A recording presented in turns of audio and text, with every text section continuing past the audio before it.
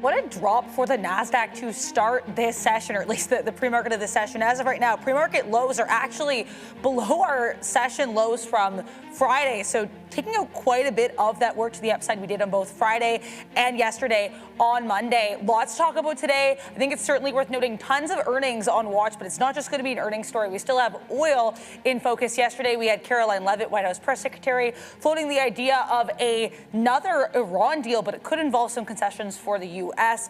We also have all of these AI plays in focus. Oracle to the downside, probably the most sharply here, but NVIDIA, AMD, CoreWeave, other OpenAI partners on watch after we get some reported numbers from OpenAI that are not the greatest in terms of these metrics. Now, OpenAI, of course, also in focus with Microsoft yesterday. So AI, tons of earnings, and oil in focus. How are you doing this morning, Sharif? Good, thank you, Adara. There's a whole lot to talk about this morning. As you mentioned, NVIDIA down aggressively here after making all-time highs yesterday, down to the tune of 3%.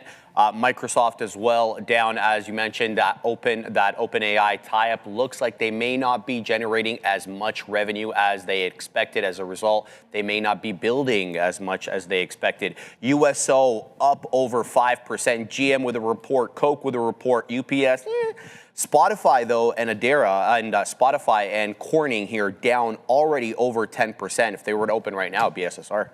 Yeah, we'll have to wait and see if they do end up being SSR. I do want to do some housekeeping as well. We have a lot of other earnings after the bell today. Robinhood is going to be one of the ones on watch. This one trading lower in tandem with the market right now. You've also got Bloom Energy and Starbucks, one of my picks for the year. They're going to be reporting today as well. Not too much pre-market action on this, but all of these after the bell, especially Robinhood, but quite a few of these numbers should certainly be of note. I believe Enphase also after the bell today. In terms of housekeeping for economic data, there's not too much. At 8:15, we're going to get that weekly ADP employment change. 9 a.m. we get some housing data, specifically house price index. 10 a.m. CB consumer confidence. That's probably going to be the biggest of these numbers. Again, the number coming at 10 a.m. So bit of housekeeping, lots to look at today. How are you doing this morning? Sean and Neil, welcome back, Neil.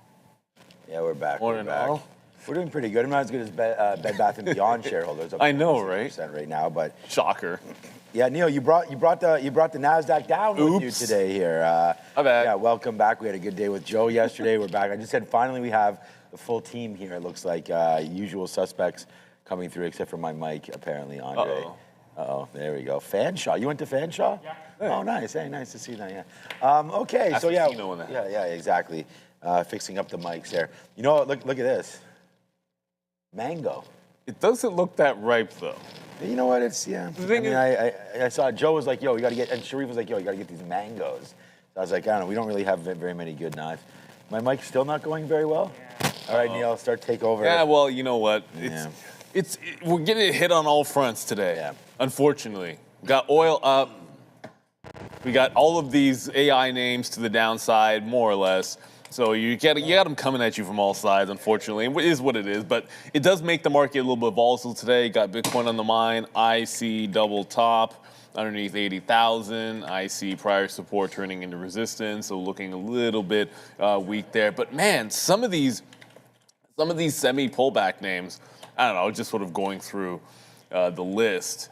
Like you're already off like 20% from the highs on ARM. It's like you go from making it all-time high to like an individual bear market. Well, okay, it's not. Maybe it's not exactly there. Much. It was okay, down, well, it's down 10 today. Exaggerate? I don't think I'm exaggerating. It's close. These stocks are entering it's like markets every week. It's 16%. Okay, so it would need to drop another. All right, so it needs to drop another 4%. But you kind of get the point. Like so many of these things were up so much, and then it's not really taking that big of a pullback. What's seemingly that big of a pullback to get that 20% down, because it's really just a couple of days worth of work here. There's a lot to look at today. Obviously, NVIDIA was incredibly strong in yesterday's trade. Maybe you can hold on hope that GM can remain positive. Like even what goes up eventually comes down. Uh-oh. Usually, I grab one that I think is more ripe than the ones you're going to get. Randy's got the good ones all the time. Wow, this would be perfect. All the time. I always eat one and then save the next one for tomorrow. Yeah, we have mangoes. Yeah, saw one of those. Thumbs up. How's everything? Chilling. You got the Porsche shirt on there. I like that. Always. My mic is still not working. What is going? Now we got to change the battery. Why is there's a random battery just sitting in the middle of the desk here? I don't know if that's any good. Probably not. I mean, what's it I don't know what's going on.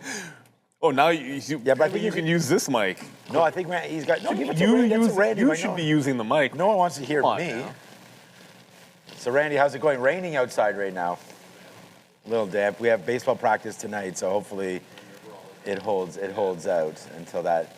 Not playing at the Dome though, so we got to make sure it doesn't rain too much. The Blue Jays wearing the hat yesterday lost to the Red Sox.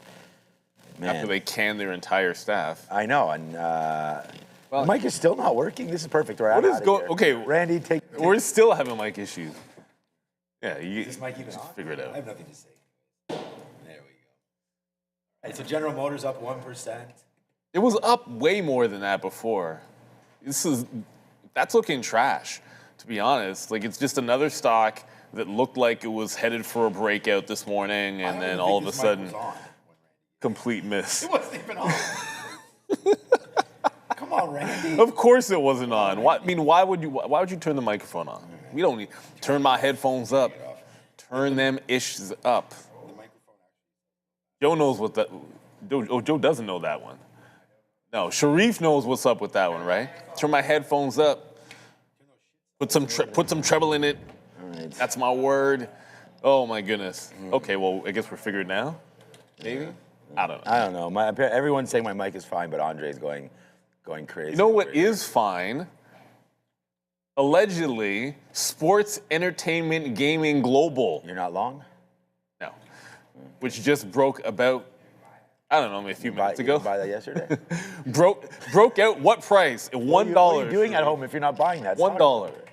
Just broke the dollar on the run here. Let's see if there's news with, we'll just call it SEG, because I'm not saying the whole thing. Over and over again. Partners with Polymarket to power sports.com predict. And yesterday there was a story that they launched sports.com predict ahead of the FIFA World Cup. So nice. SEGG on the run again today. The World Cup is going to be wild. It's going to be here. intense. I don't even. There was like a big hubbub about the free fan. Who hit the fail for the? What do you have against the World Cup, Joe? Joe doesn't like the World Cup. Joe's not happy about the World Cup at all. Joe's renting out his place. Hate. He's going to live with Sharif for a day, and they're going to get like $3,000 for a night or something like that. It'd be insane. And they're going to party like it'd be insane. You probably could. I mean. Oh yeah, for sure. Yeah, you probably could. Marissa said like our house could get something like $10,000 for the week or something. Yeah, they're up on like on Airbnb or Verbo. They're up on there right now. I'm going to put the sticky note out right now, but yeah, look, I was actually put Bed Bath & Beyond on the sticky note. You know, one thing I went to Neil, I was like, is this the same company? Like, what is even going on over here? Because we haven't talked about this in a minute. But check out this. Andre, could you please fix my mic? Oh my goodness, still? I'm not even plugged in. Okay, wow. Well, Bed Bath & Beyond is still alive, and it's almost at VWAP, which is what we want to see. If you're looking for a squeeze, the squeeze name has to break out tops. If you don't break out tops, then shorts aren't scared. It's just that simple. And it hasn't really taken out the top. But now everyone's saying it's fine. Your mic is absolutely fine.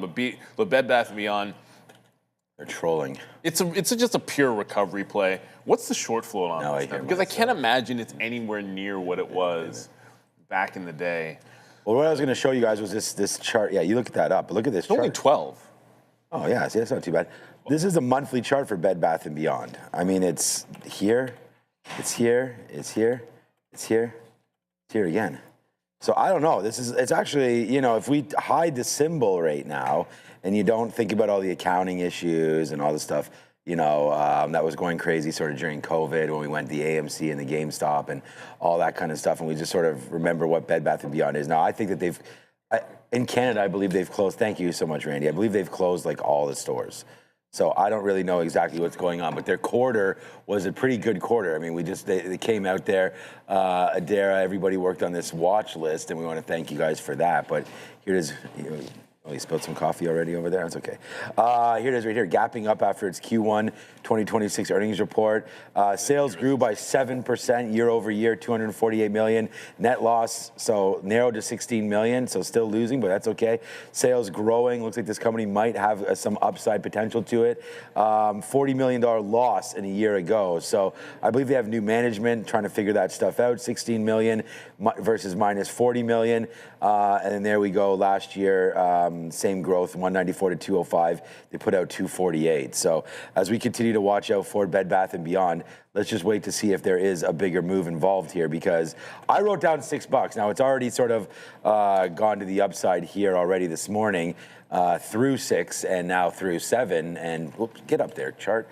Trying to break now through $7. So we'll see what happens here on Bed Bath & Beyond. There's a $6 pull. I just said, let's see if it comes back into 6, right? I mean, I wrote this down just 20 minutes ago. So we're just going to wait to see if there is a fall back in. You mentioned 12% short.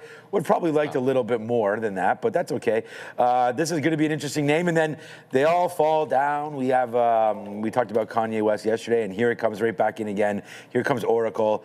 Adara is going to be winning on that one. Where's the awesome right there? As despite Oracle's rise right there, Adara was always talking about, still did not believe in this sort of all the debt that they were taking on. And then when OpenAI comes out and misses some of their targets, then yeah, that does, put questions now into the, will Oracle get their money back in everything that they've been investing here into the data center build out? Will OpenAI be that big unicorn that everyone's hoping it to be?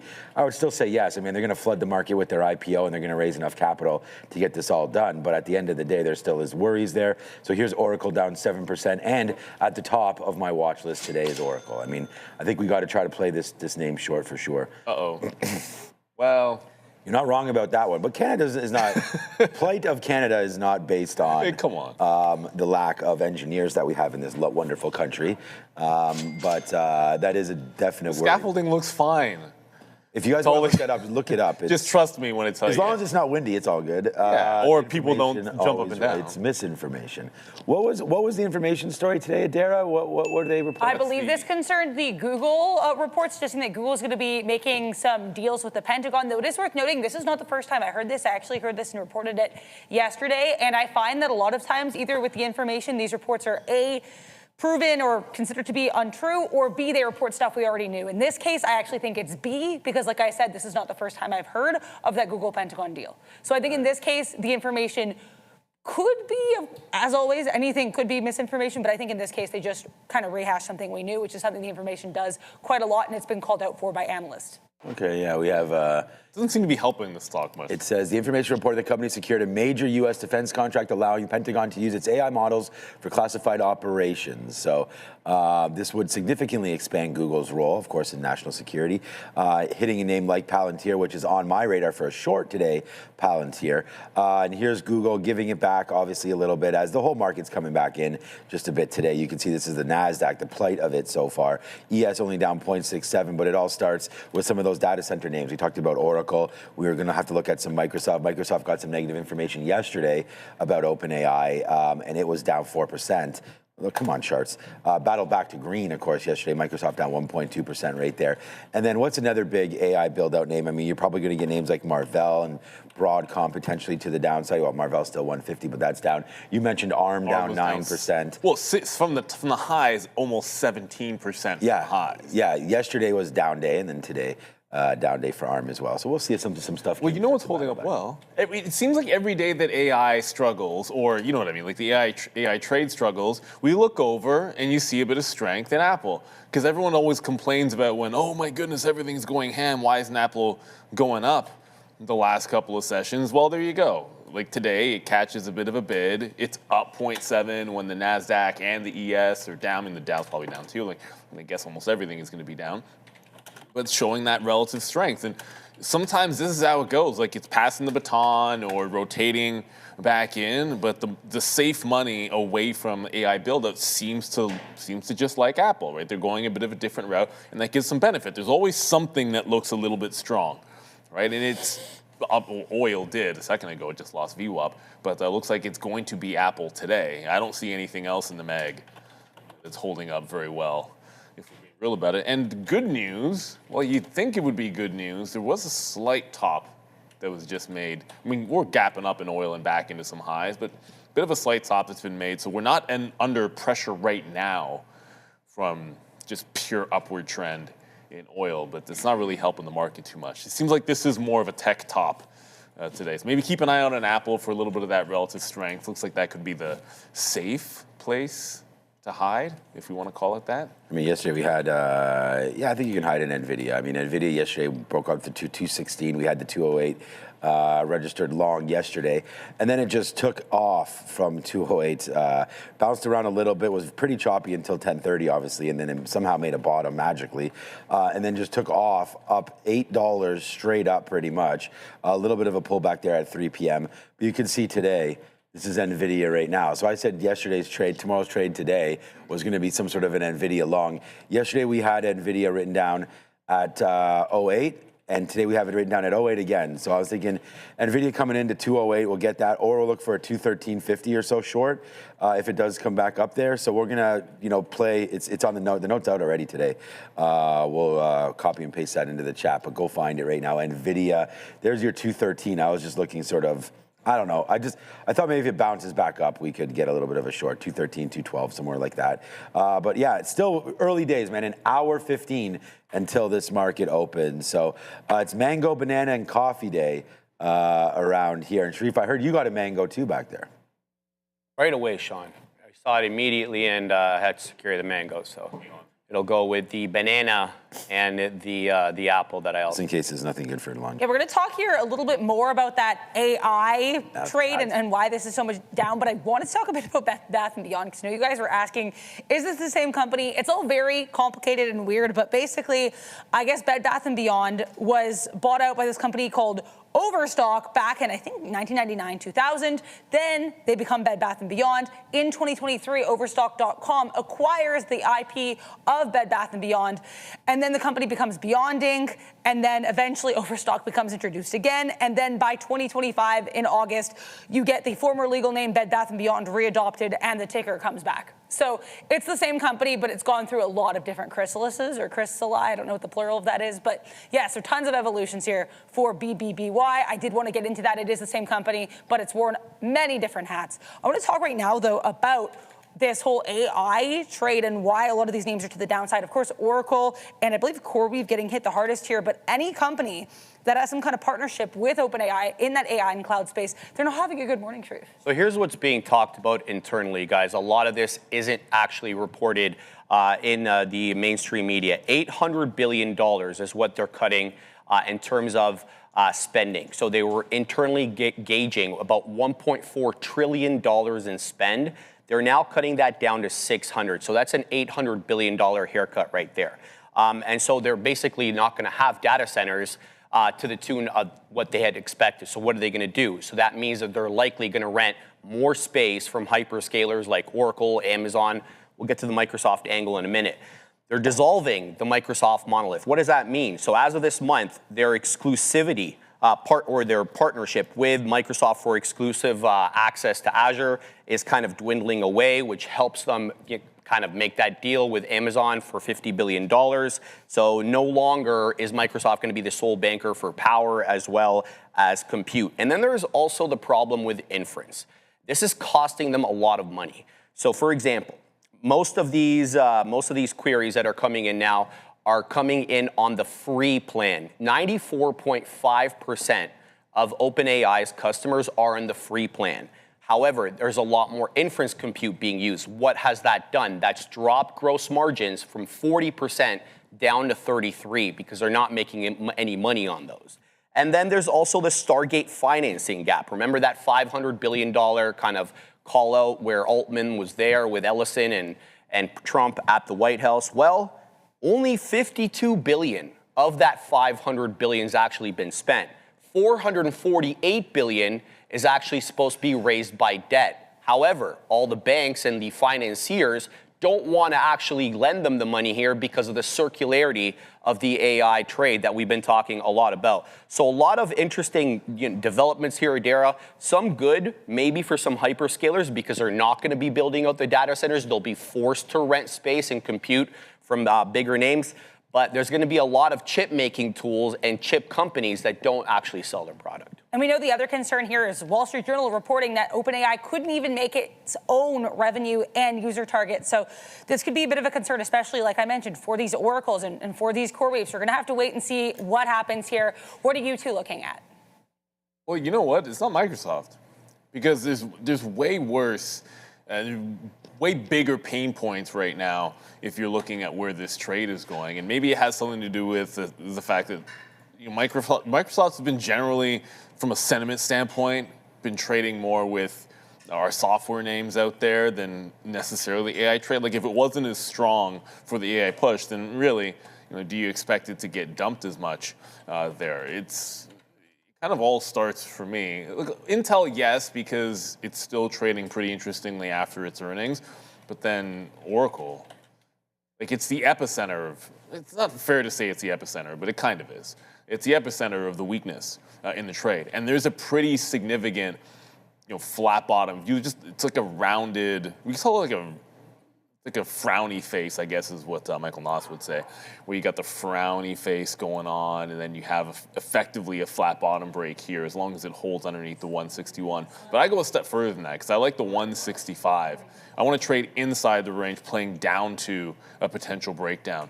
It put in that bottom, it gave you, what did it give you off the lows here? Call it 40% maybe a tad underneath 40% off of those bottoms. Pretty good, and it's got room to get back into the 50 period where I think it's going to have a bit of a test. Got a lot of earnings to get through, and I think the hyperscalers are going to be a pretty big deal when we get them. If there's any weakness from the CEOs talking about their data set, their CapEx spending, it's going to get really, really nasty. Like this is the one quarter where you probably can't have that happen because we just made fresh highs in the market. So things that we're trying to get off the schneid need this to continue, and probably none more than Oracle. So looking at week today, I'll give it to 165. But ultimately, I just can't see myself liking the long. Yeah, I was gonna say that. I mean, oil's dropped a little bit here from 141 down to 138. Bounced off 137. It looks like now you got 139 and change. So OPEC and OPEC Plus, now UAE decides to leave them. So I don't know exactly what that means for the price of oil. I mean, maybe more friction now between, because trying to set the price with OPEC and OPEC Plus. They have, agreements on, amount of barrels and distribution and all that kind of stuff. So I don't know if it loosens the strings a little bit on the price here of oil, but I mean, that's just what's going on. It should, then maybe it'd be good for them. Yeah, I think it probably is decently for them.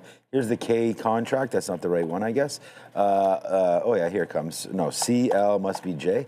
JKL right now. Anyways, CL / okay, so K is, what month are we even on here? April, May, June maybe already?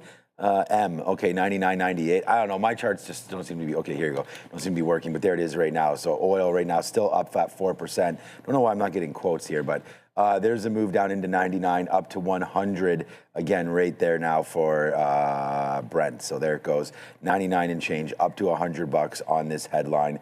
Yeah, I'm not getting the quote, so that's interesting for now. But here goes USO is probably what you guys are mainly trading right now, back up to 140. So almost as if that headline didn't happen.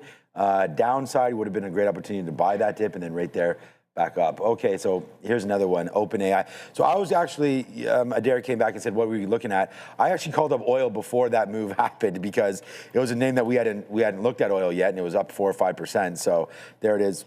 More news there. Thank you, David, for this here. OpenAI trouble with an article from Information. Okay, here we go. We just talked about the Information. It's an old one, okay, from April 6th. But the street decided to take profit today, so Wall Street.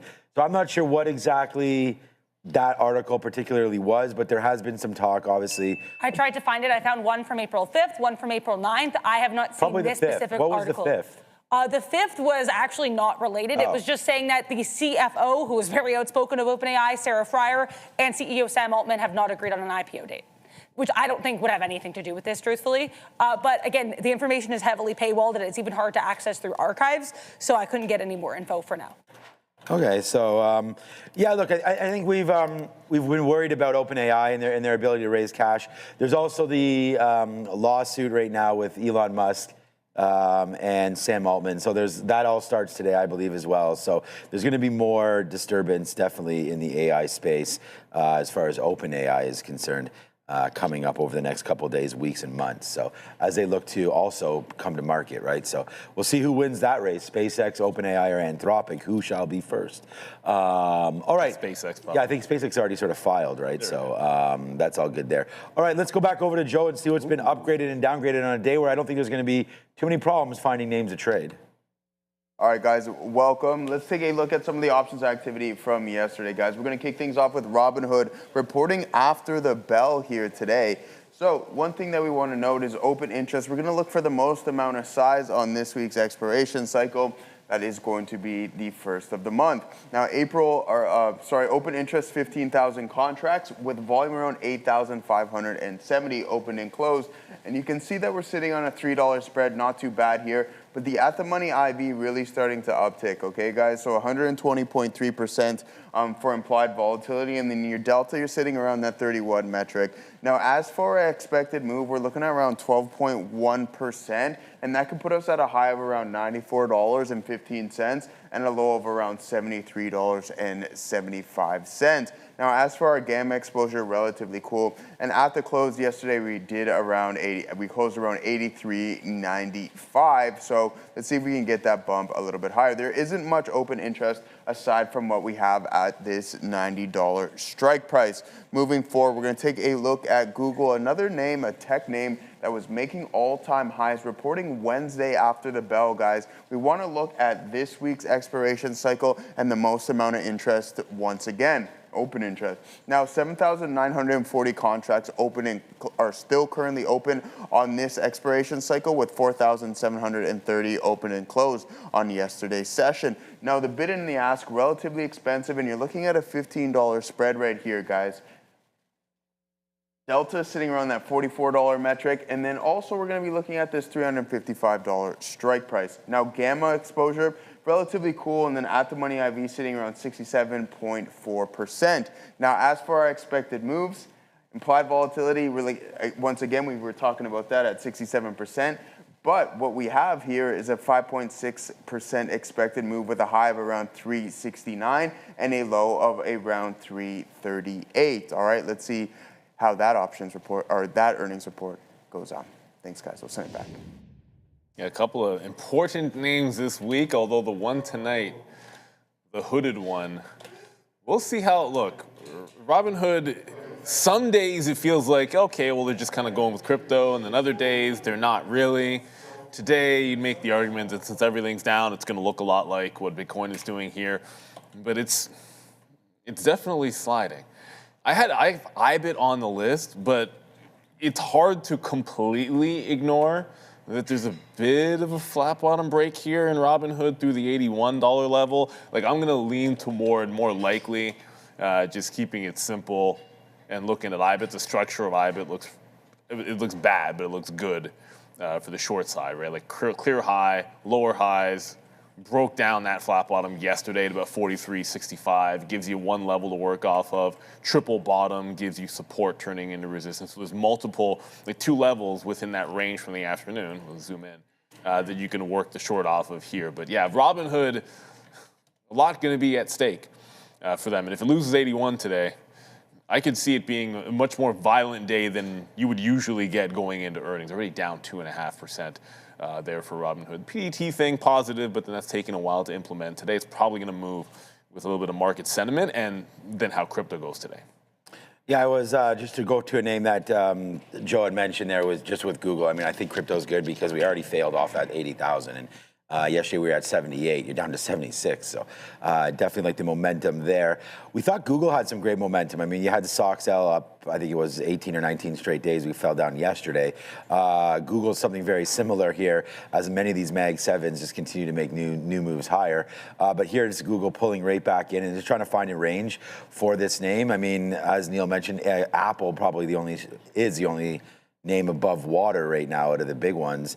But Google's coming into a decent level. I mean, I think this 345, sort of where we started yesterday off at. We had a dump down early and then the raise up, and we saw that with NVIDIA, we saw that with Tesla, we saw that with many of the names. I mean, Tesla has like a almost complete V-shaped recovery there yesterday, and that's exactly what it was. And that's kind of what it is here on Google. So if we can get a drop in here and we don't think this world is completely falling apart, then what about just a 345, right? That was the top here on the 24th. So back into Friday, we couldn't break through. Yesterday, we opened up here, fell back in a couple bucks and took it and ripped, and we didn't even think about coming back in. So right now, there's your 200 period moving average at 347. If this market was up here, I'd be using this as a long. So we may go long right at 347, right when this market opens up. We just need to see that the NASDAQ actually wants to go. It's a dangerous day today. It's sitting in front of something, as you could be really in front of a falling knife. I would prefer Oracle. Look, we had wrote this note down a while ago when we were at 162, but I'm looking at like a 164, 165. If we can get something short here on an Oracle bump up, this is sort of where we want to look. I mean, the momentum's downside. Oracle's been fading off of some of those highs, right? They had such a great run from 130 up to 190, and now pulling back in on OpenAI worries. So, I mean, I think Bitcoin's in trouble a little bit there. We talked about some of these bigger names there, and then we already talked about Apple, but the long, really, I think if this market actually does fall on its face and someone comes in and sells this up 30%, I think we can get long somewhere near the 200 period of Bed Bath & Beyond. I mean, it's on my list as a long. I don't, that could be something. And then the other one, if we get really bad, Joe and I talked about this yesterday, and I know Neil, we talked about this on Friday too, like Netflix is not at a horrible level either. That's right, that stupid split. Can't seem to get out of its way there at 90. So if we can hold in and around this area, possibly take advantage of some of these bottom wicks. Hold on a second, this guy pushes over. If we get something like this today, let's look for an exhaustion candle, and maybe we can buy up some Netflix. Still positive today, right? Netflix up 0.3. Like with the market getting hit like this, I'm not expecting. It's also one of those. Like, what are the banks even? They've been like Apple. Netflix has been a lot like Apple in some ways. Like in the days where the focus has been on selling off AI, Netflix has tended to be relatively strong. So it's not too bad at all. There are some other relative strength. I mean, which ones? Yeah, like aftermarket, New Core was able to beat last night, and it's a pretty hefty beat. Like they actually beat expectations by like 6% on revenue, and then even more than that on EPS. Probably not the sexiest day trade, but there is something that's making and pressing through some big time highs as well. Adrian in the chat, there's a name we don't Pfizer talk is about going up often, right now. and Pfizer, there's another one for you. Like that's up 4% today. There's obviously news, right? Like there's going to be some strength. There was all that. I know Adara, there's something on Pfizer. Because Pfizer just went. And there's nothing yet on Benzinga. I'll check social media, but I feel like usually for these pharma catalysts, Benzinga's going to have it first. Yeah, we don't see the news on Pfizer, but I mean, it is a nice move up here. And if you look at the chart, I mean, again, a pretty healthy dividend payer and trying to break out of their range as well. Pfizer's been hot garbage for a long time. But if you're collecting dividends, it's been fine. I mean, there's been a lot worse stocks than this, and I shouldn't say it's been that bad, depending on where you've gotten it, right? I mean, this was just $24 up to $28. So I think Pfizer's actually, I'll take that back. It's actually been performing pretty well, holding the 200 period moving average. Nice base there, 24 and change. I think where you want to look today, like, we talked about this yesterday, taking profits on Marvell, taking some profits on Intel. Like, we got that super chat yesterday. What do you do in your long term when you have stocks that are up like this? I don't think there's anything wrong with trimming something, because even if you did a little bit of that today or yesterday when we talked about it, look, you might not be buying it right back today. I mean, I don't think you need to be day trading these things like that right now. But if you do, then you just put 4% in your pocket if you still like the long. There could be more ways to go down, and if that's the case, then you did even better by selling. So if you sold $1,000 worth yesterday and you're already feeling like you won, you could buy 25% of that position back or something like that today. Put that 4% in your pocket. But the market is an interesting one here, because we always are like, wow, the market, like here's Marvell down 6% again, right? So there's going to be times where there's just enthusiastic buyers coming in. And then when those buyers stop, and there's supply issues, and like right now, there's no one wants to buy it up here. So there's only one thing to do, and that is sell it down. Arm shoulder report from, so arms and shoulders, get that work. Yesterday you talked about skip leg day though. Were you long or I think you were short? Short BMNR yesterday, right? I think since last week. And short Bitcoin, BMNR. So there we go. And long on SLV. So we. What was last week? It was MSTR JKL. So you're added. He tweeted yesterday. He gave us a super chat yesterday. I think it was both those shorts. And then what was he yesterday? Long silver? Okay, well, silver down 3% today, so taking the long maybe into today. We'll see what winds up happening with silver. Silver's been an okay trade as well. We have the US dollar moving higher today, so silver coming back in on that kind of a move as well, probably. The DXY, quick little look. We'll go back over to the desk. We don't have any guests today, so we just killing some time here. DXY, we're talking about a lot of stuff, obviously. Here we go. Let's go over to a 5-minute chart just to have a quick look. There it is. So there's the dollar. We talked about some strength coming in to the US dollar, as I just mentioned it, and there it goes. You know, NASDAQ wants a weaker US dollar right there. We have a strong one today, so kind of going oppo. We'd like to see this start to come back in a little bit. Right there, but there's another one. Adam James abroad. Great to have the whole crew back. I just need oh boy to pop in, heading into Salvadorian mountains. There, that's the most you'll get of Obi today. Yeah. Coffee farms, colonial towns, and more. So happy trading, y'all. Enjoy. Adam James abroad, just living the good life, man. Love to travel and get her done. Now, Obi's kicking around. He's just obviously doing his trading thing. But, you know, we're happy to have the entire team. Well, I guess Brent will be around. Yeah, Brent's going to be around here. He'll be Sia was in yesterday. I don't know what any of these people are, these young kids these days. Yeah. Enjoy the weather, maybe? Yeah. We're actually opening up a couple more offices. We have some big announcements to make for Trader TV Live. So wait till you hear about all of that. 3% right now for silver. We just talked a little bit about that. We'll see if we can bounce off the 200 period moving average at some point. $56 is the low there for SLV. All right, it's 8:36. We had a couple good reports this morning, right? We had some GM going through. We had some Bed Bath & Beyond. We had Newmont. We had a whole bunch of different names going through. Sean found Obi yesterday. Oh, did I? Did Obi come on the show yesterday? I don't remember if he did or not. I did see Obi yesterday in the he was in the kitchen there. He's not really trading any algo kind of stuff. Yesterday he was trading Tesla. So that's where he sits. But yeah, that's where he sits for now. Yeah. Okay, let's go back over the desk.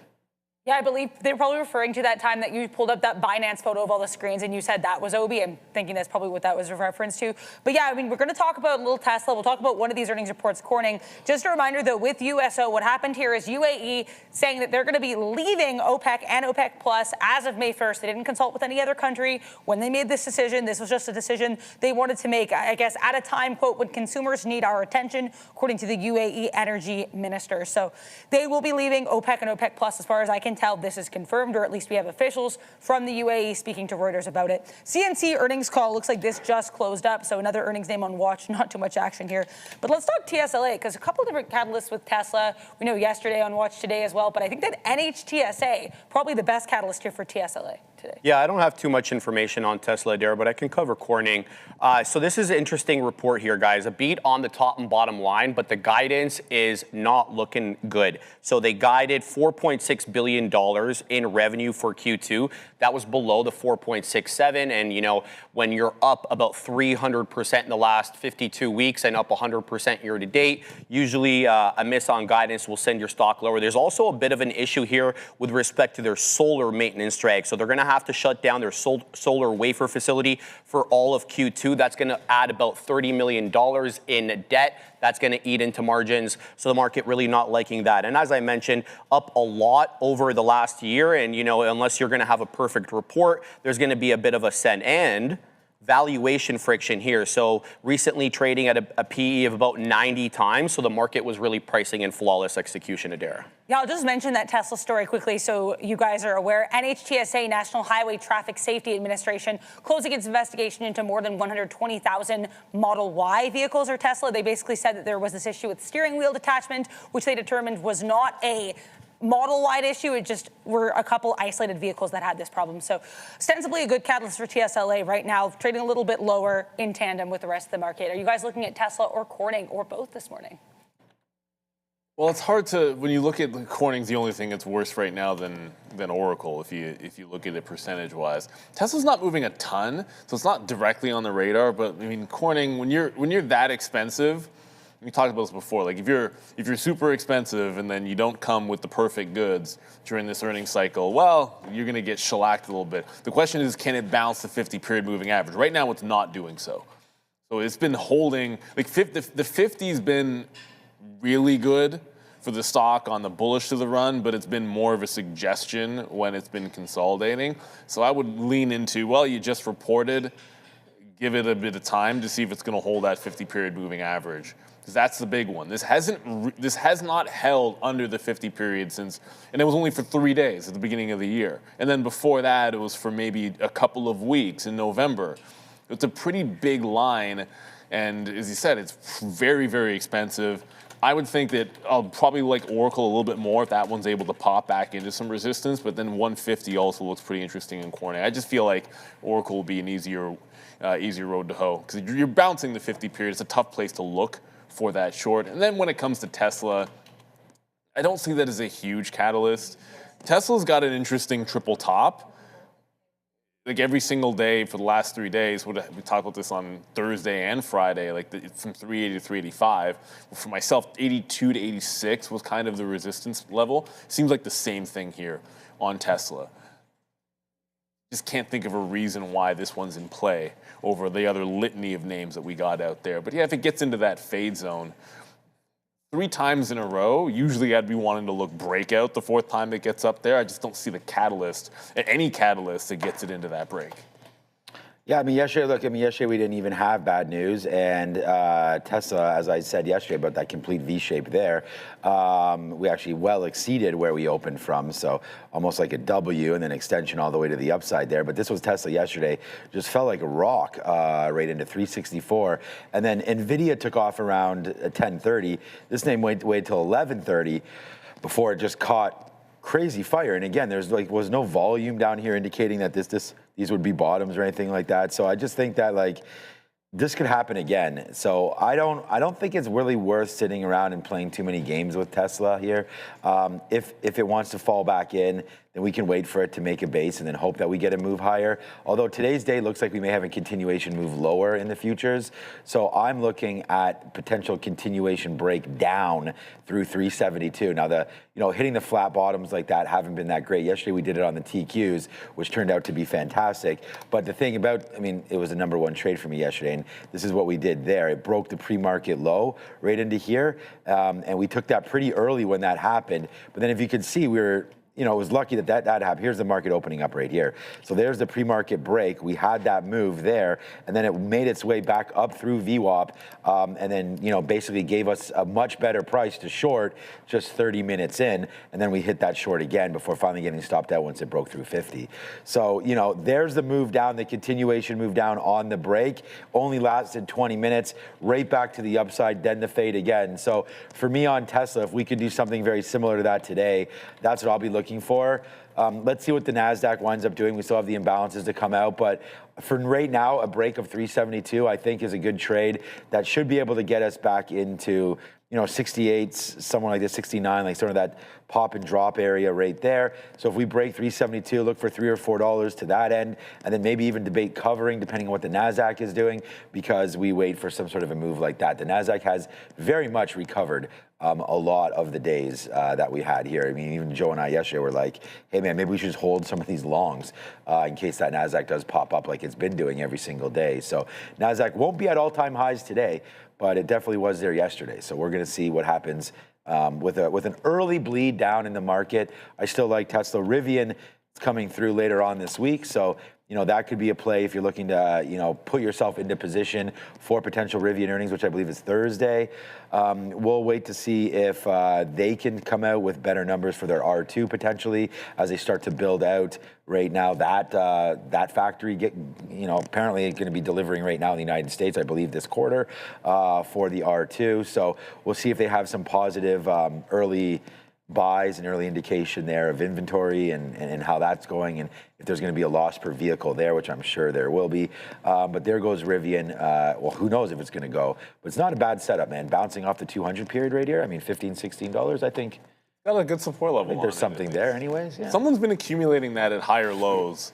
Like every single time it seems to get into a higher low, it just sits there for a couple of weeks and then you get a good bounce. I think earnings hopefully can do some wonders to get a little bit of a catalyst. Yeah, why not? Going. But it's just I looked at it today, and like outside of, we keep talking about like outside of Apple and outside of like Netflix, just looking at my quote board, like it's all energy, clearly that's going to be strong.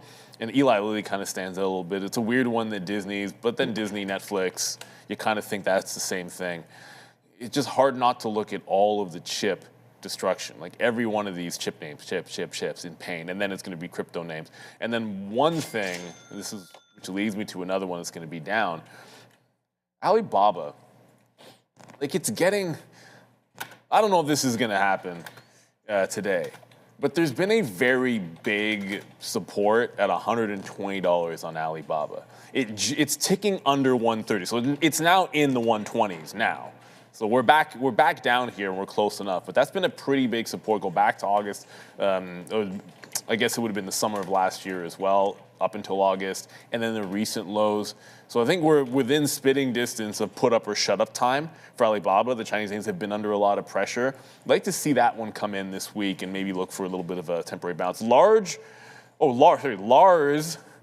Geerlings. Yeah, Lars. Thoughts on ONDS. Lars Geerlings. Yeah. ONDS. Okay, Ondis. Is there news on Ondis today? Quickly double. I'm not on that. I don't think there's any news on Ondis. No news on ONDS. Also, I've been checking Pfizer. I still don't have any news on Pfizer either. Well, in lieu of any news on Ondis, I'm not really sure what's going to get it going. Good, like it was a great rally. I wasn't here yesterday, but a great rally looking like off of the bottoms. So I guess you've got this $10 breakout zone, $10 looking like it's a pretty good support level. With no catalyst and down in a weak market, tend to look at it as a play off of support, if there's even a trade there at all. It's good accumulation over the 50 period here, but without it breaking out today, without a catalyst, in the market looking weak, I'd probably just wait for support levels if I was even looking at this as a trade at all. And typically you want this one when it's in play somehow. But there are worse looking charts out there, I grant you that much.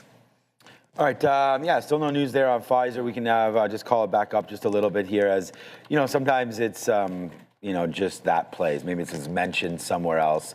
And just got a little bit of a bump back, but it's already pulled back half of what it was going up. So we'll keep our ears to the ground. And GM, we're going to talk about, we have lots of stories to talk about here today, but General Motors, another decent, I was going to say another decent report, but now it's red. So there goes GM back into the downside. All right, let's go back over the desk. It's only 8:47. We're going to have our rundown about 9 o'clock of upgrades and downgrades. We've got Joe's already done the options report there. And it should be a very interesting day today. Will the NASDAQ finally have a red day of decent proportion? We'll see. It's trying to climb back right now. Only down 1.2. I mean, we were down 1.5. Had that 2% in a bit. That's what I mean. Like, is that one of those days that's happening right now? Or will Bed Bath & Beyond save the whole market? Is potentially true. So we'll wait to see. Well, how much? How much would Bed Bath & Beyond have to go? No, it couldn't. No, but I could see 2%. Today. I feel like we've been a bit due for it. If you don't get recovery in some of these AI names, that's exactly how you get a 2%er. There's just not a lot of strength out there. And Bed Bath & Beyond is not going to save anything. Oh, it looks like Joe's getting ready for a little something over there. I see you over there. I see you over there, Joe. Uh-oh. I see you over there. Oh, there's the upgrade. That's a 28 by 14 Jumbotron in the background getting on over there. So, yeah, Mike check again. Mario Kart tournament going. Yeah, I'd love to get the Mario Kart going on there. That'd be really sick to do that. All right, let's go back over the desk, see what Adara wants to talk about. We're going to discuss here a couple more earnings plays. I know you mentioned GM, Sean. That's going to be on the rundown, so we will talk GM. But in the meantime, a couple names we're not going to discuss during the rundown. One of these is UPS, United Parcel Services, delivering kind of a mixed report, but certainly not one that the market seems to like as of right now. Did beat, though, on EPS and sales. They did, Adara. Versus the 101 on EPS, with revenue coming in at 21.2. That missed, slight miss, 21.58 billion. The street was looking for, showing mixed quality.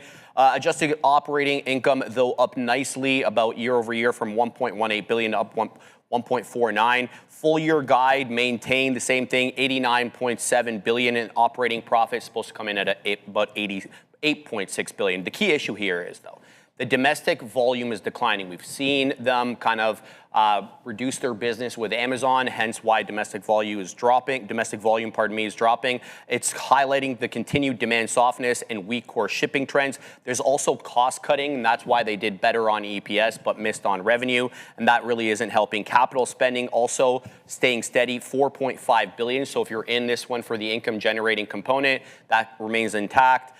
Stock reaction about 2% give or take here in the pre-market. The implication is they're transitioning to a leaner model post the Amazon reset, but growth remains constrained without a volume recovery. Yeah, now I think we're going to be going over to Joe and the upgrades and downgrades on the board today. All right, guys, let's take a look at some of the analyst actions here this morning. We're going to kick things off with some downgrades. Microsoft price target being lowered here today from $575 to $505. And then we also have Nucor holding on to positivity, but going from a buy to a neutral with a price target of $244 by UBS. Then we have Rambus also on the downgrade side of things, guys. 18% slide here today. Outperformed to neutral weight here and $120 price target. And then Netflix also getting the downgrade, guys, going from a buy to a hold with a price target of $270, surprisingly. So moving forward, guys, let's take a look at some of the upgrades here. TELUS, 1.7% here today, going from a hold to a buy, $19 to $20, a dollar increase on that. Price target. Open Door also getting the nod, guys. Buy rating here by Alliance Global with an $8 price target. You're negative here, 2.3%. Now, Lake City Bank here getting the upgrade, guys, going from a market to a market perform. $63 to $66 is going to be that upgrade. And then we have Old Dominion Freight Line also getting the nod up 0.4%, a little closer to 0.5% here. Price target increase from $204 to $229 by Baird, guys. Well, for 2 points. What's up with those names? First off, the most interesting upgrade is Open Door, which is flat. Ooh. The downgrades are interesting, if only because how you can downgrade Netflix when they're one of the only stocks that's up today? This feels like a little bit like a nothing burger. But if we jump back to that UPS we were just talking about, why would you own UPS when you could own, okay, well, it's a little better if you look at the daily chart. That's UPS, that's FedEx, and you probably know what Amazon looks like already. Yeah, it's just a very, very large difference is the best way to think about it. It's not, you don't want to see bellwether stocks perform poorly, but that's just continuing a trend that was already going. Yeah, it's a weird one that Netflix, that's right, not split adjusted there. It's a weird one that Netflix gets a downgrade and is not reacting to it. Netflix is barely moving. It's still in that slight downward push. I feel like it's so close to that $90 level, maybe 1 or 2 more days before it gets you that rounded bottom. I'm not really concerned about the upgrade or the downgrade. It tends to be relatively strong when the AI trade is shellacking people, which I guess today it is. I'm just trying to fix up some of my charts. Yeah, the OpenAI is definitely not helping the story out here. But you know what is happening right now, and we just talked about the Nasdaq trying to battle back right here. I was just looking at the U.S. dollar again, and there it goes, weakness, right? And so we talked about what the markets. There's news about CoreWeave. What was going on here with the U.S. dollar was going to the upside, and we said that some of these mega cap names in the Nasdaq would prefer a little bit of a weaker dollar right now to realize some of that money back in. So there it is coming back to the downside. Yeah, so demand is outpacing supply, and that's never it's just comments from the CEO, and it's all very lovey-dovey, and the stock is not reacting. There's nothing like salient or new here. Lovey-dovey. Okay, I mean, that was going to generally something like that I thought might spike the stock. But yeah, there's CoreWeave. I mean, CoreWeave is another one of those names where it's just like, do some research on the business and see if you like it, because this name has some crazy movements there. But if we're worried about, again, the OpenAI profitability and some of the targets that they were unable to get as far as users are concerned, is all this spend that companies are putting into data centers, into these GPUs, into these agents and whatever they're doing right now by building on top, maybe there isn't the profitability metrics here that we had thought about. If OpenAI is not being able to hit some of their user targets right now, I mean, I feel like competition's heating up, and we always talk about Claude, Anthropic, Perplexity. I mean, pick your large language model right now, and you know, link to it. There's a lot of competition out there. So I am a little nervous for CoreWeave, but at the same time, if there's a lot of competition, that should be good for CoreWeave, which kind of makes sense where demand is now outpacing supply. So that's actually a pretty decent story for NVIDIA. I mean, CoreWeave, again, using tons of NVIDIA stack, and just that could be, if demand is outpacing again, then, you know, it's the chip names that need to somehow try to meet some of that demand, right, by producing I guess AMD yesterday was, what was it, 2 days ago, was I was gonna say 360, was that right? Yeah, 355 down to 316. So this is also another name there that is now off greater than 10% in a couple of days and starting to make a move back in. This could be the year of the CPU. We've talked a little, oops, I was gonna type in CPU, but really what I was gonna do for that was be Intel there as we get more and more talk about, you know, CPU usage as far as some of these rollouts are concerned, and you know what's inside of CPUs. It goes back to that 1980s slogan, I believe, Intel inside. And you know, Intel's been doing well. Lip Bhutan has really sort of relived this, brought this stock back to life a little bit. It's funny because it was doing nothing around $40 for a minute, and then finally broke, and then there it goes. And never forget, man, all of you there in the U.S., obviously, there's some pros and cons with the current U.S. administration, but one pro has been there investing. And you know, buying some or investing, I think it was $5 billion into Intel sub $20 or in and around this area has definitely yielded a little bit of a return there. So there it goes for Intel upside as well. And yeah, Robinhood tonight should be interesting. I mean, I think it's going to be a bad quarter just because of crypto. Well, crypto's, yeah, when Bitcoin's weak. Joe and I went back and forth about I feel this like it's yesterday. been priced in though. Like, yeah, it got beat up pretty heavily. We'll see how much. We'll see how much has been priced in. I still like. I'm in it. I think it could be down, and then we buy it up tomorrow once the market opens up there. SoFi only down 1% right now today. This was my most recent buy at $18 for SoFi. Hit while I was on vacay. Right there. Okay, we can get rid of that headline. That headline's a little bit old at this point and not really doing anything right now. It was moving the stock. That's you know it's not the best when a headline like that can't get core because like, CoreWeave is a potential bouncing around. It's a potential like squeeze behavior type name. So when it just instantly fails VWAP, like maybe it's worth looking at this because look, double bottom yesterday at 105. It couldn't break 105 for most of the pre-market. You get what seems like a positive headline, and it couldn't go. Yuck. That chart, 15-minute, looks just as bad as anything else. But if you look at the daily, like maybe it's like it's at the 200 period. You would have thought that maybe you could squeeze. But if it can't see above 105, this is going to be a hard pass. The Beer Man. Ooh, yes. The Beer Man. It's all about the Beer Man. The Beer Man at the games. They put in that work, man. Like, yeah, the Beer Man do. Like those things are heavy. You're carrying a bunch of tall boys in there. They got all game. And then they got jokes too a lot of times. Got to have the jokes. Always have to. I might be a beer man at one point. What are we thinking about MU after the last weeks? I mean, SNDK coming to report this week. Well, what I was about to say is, yeah, the SanDisk report is going to be the big telling one, right? Like we're a while from Micron reports at the end of the cycle, so we're waiting forever for them. But SNDK is going to report, and if they have any slight kind of a miss, then you could easily see Micron back at that 420 level. All roads lead back into 420. Yes, somehow. Anthony. That would make some sense to me if you had SanDisk miss, but again, that hasn't happened yet. It's a bit of a head and shoulders pattern that sets up as well. For sure. I was actually thinking about being an usher. I would love to be like retired, live downtown in a sick penthouse, and just go down to like all the concerts, Leaf games. I mean, I'm wearing the Raptors stuff right here. Go to the Raptors games, man. Say, hey, Neil, here's your seats. You know, direct you into your seats. You know, get a beer for you. You know, doing things like that. I like that, man. I like the social aspect of being a beer guy. But maybe not a beer guy. That's a lot of work. I'm more about the usher. I watched him. I was chatting. There's one dude who's I don't want to work for tips. Who's like constantly. When you see the same people at the game, yeah, of right? course, and you get to know them. The younger dude, and I'm like, bro, like how clear that out. Like how much weight do you lose? Like you're up and down. The stairs, up and down the stairs alone is a problem. You got to be in pretty good shape to do that. But, you know, now at Raptors games, and like they're so chill. Like they have the in-seat, even at the Jays games too. They have the in-seat ordering. So, you know, you could be one of those runners, which is a little less. You know what I remember back then? I don't know if you ever went to beer everywhere before the Dome. But what the Jays used to play in like the worst stadium in maybe Major League history.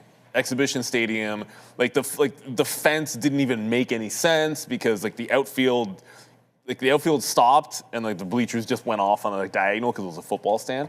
But they used to have pizza runners where like they'd have these guys, if you're in the bleachers, they'd go down, you could order a full pizza. I think it might have been Mother's Pizza, I have no idea. Whatever it is at that point, that was 30 years ago. And there was dudes that would sprint up and down, bringing you like your hot pot pizza when you ordered Probably fell all over. It was awesome. And this guy's like running up and down, and somehow like the pizza's like all good. You have a story here, Dijon Mustard? What do you got, Dijon? Never hit on the cart girl at your favorite golf course, at your favorite links.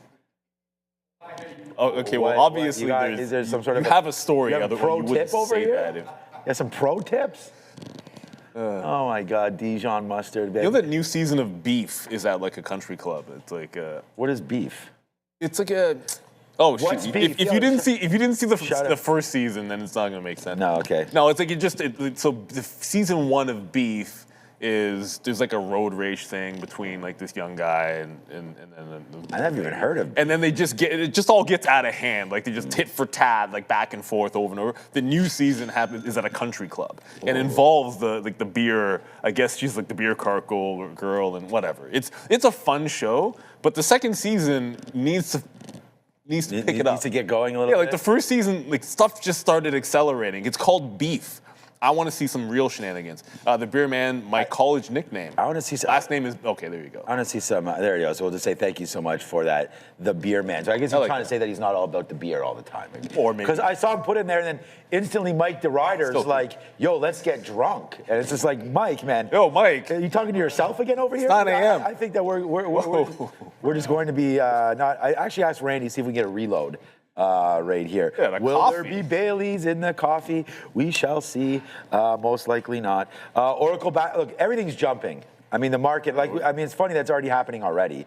You know, we wrote down NVIDIA 208. That might have been a pipe dream there as it comes into 209. We'll see if that can get going now back up. The dollar's starting to go higher right now. USO, as UAE decides to say, see you later to OPEC and OPEC Plus. That created a little bit of a move down. We're kind of not doing too much right now.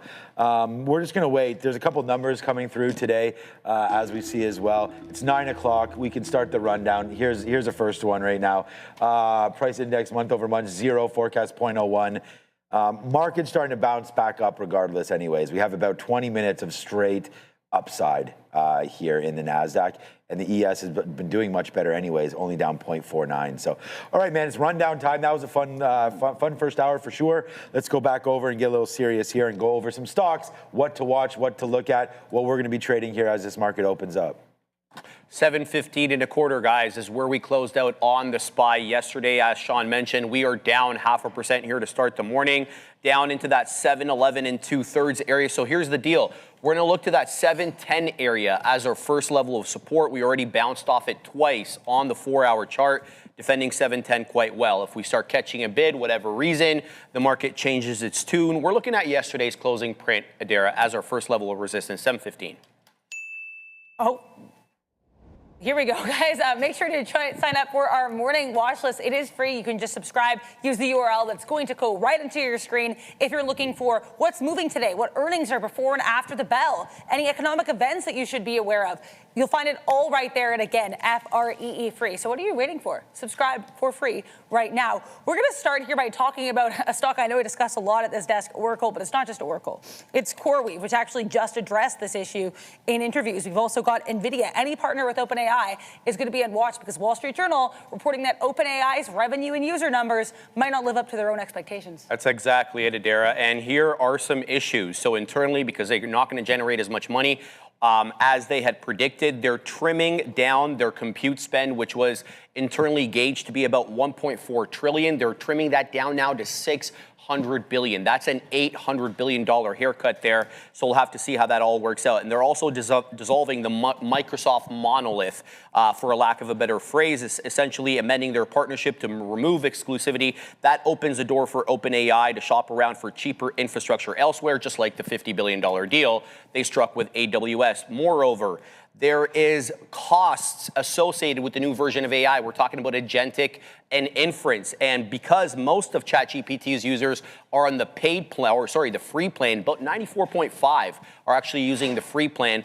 All these inference and agentic searches are costing them a lot of money. It's dropped gross margins down from 40 down to 33%, and they're basically saying they're having to shoulder the cost for every single query. And then last but not least, we had heard a big number about the Stargate financing, $500 billion. About, my research shows, only $52 billion of that has actually been spent. The rest, the $448 billion, was supposed to be generated through loans and financing, and it looks like those financiers are having some second thoughts here, Daria, especially with the circularity of the AI trade. Do you think this hurts their IPO chances, especially with the Anthropic competition? Absolutely. I don't think that they're going to IPO at $1 trillion. I think it's going to be markedly lower. And we've been seeing a lot of headwinds, I think, for OpenAI lately. And CoreWeave actually already commented on this issue. They said OpenAI is a terrific partner, but it's not their only partner. So CoreWeave trying to downplay any kind of impacts of this. CoreWeave, Oracle, NVIDIA, Microsoft, AMD, you name it. Are you guys looking at any of these OpenAI partners today?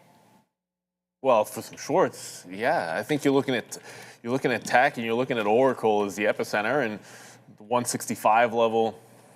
If you're going to have prior support turn into resistance, like this seems like the one to go. I don't want it all the way back. I feel like if it fills the gap back into 168, that's a bit too far. But if it holds the high from the pre-market at 165 level, I'm going to look for that to be a continuation. We haven't mentioned, we talked about Intel a little bit, but worth noting, on this pop up in the market, and we had the NASDAQ bounce pretty decently there, as Sean was mentioning, and the ES sort of going with it. Intel didn't bounce at all. So over the chip names, like this is currently trying to break the low. I was thinking 83 into prior support, but I might just look VWAP pretty early for that one as a fade. Anytime you have a market which is down, and then something's relatively weak, and then you get this little bit of a bounce up. And I saw NVIDIA bounce nicely.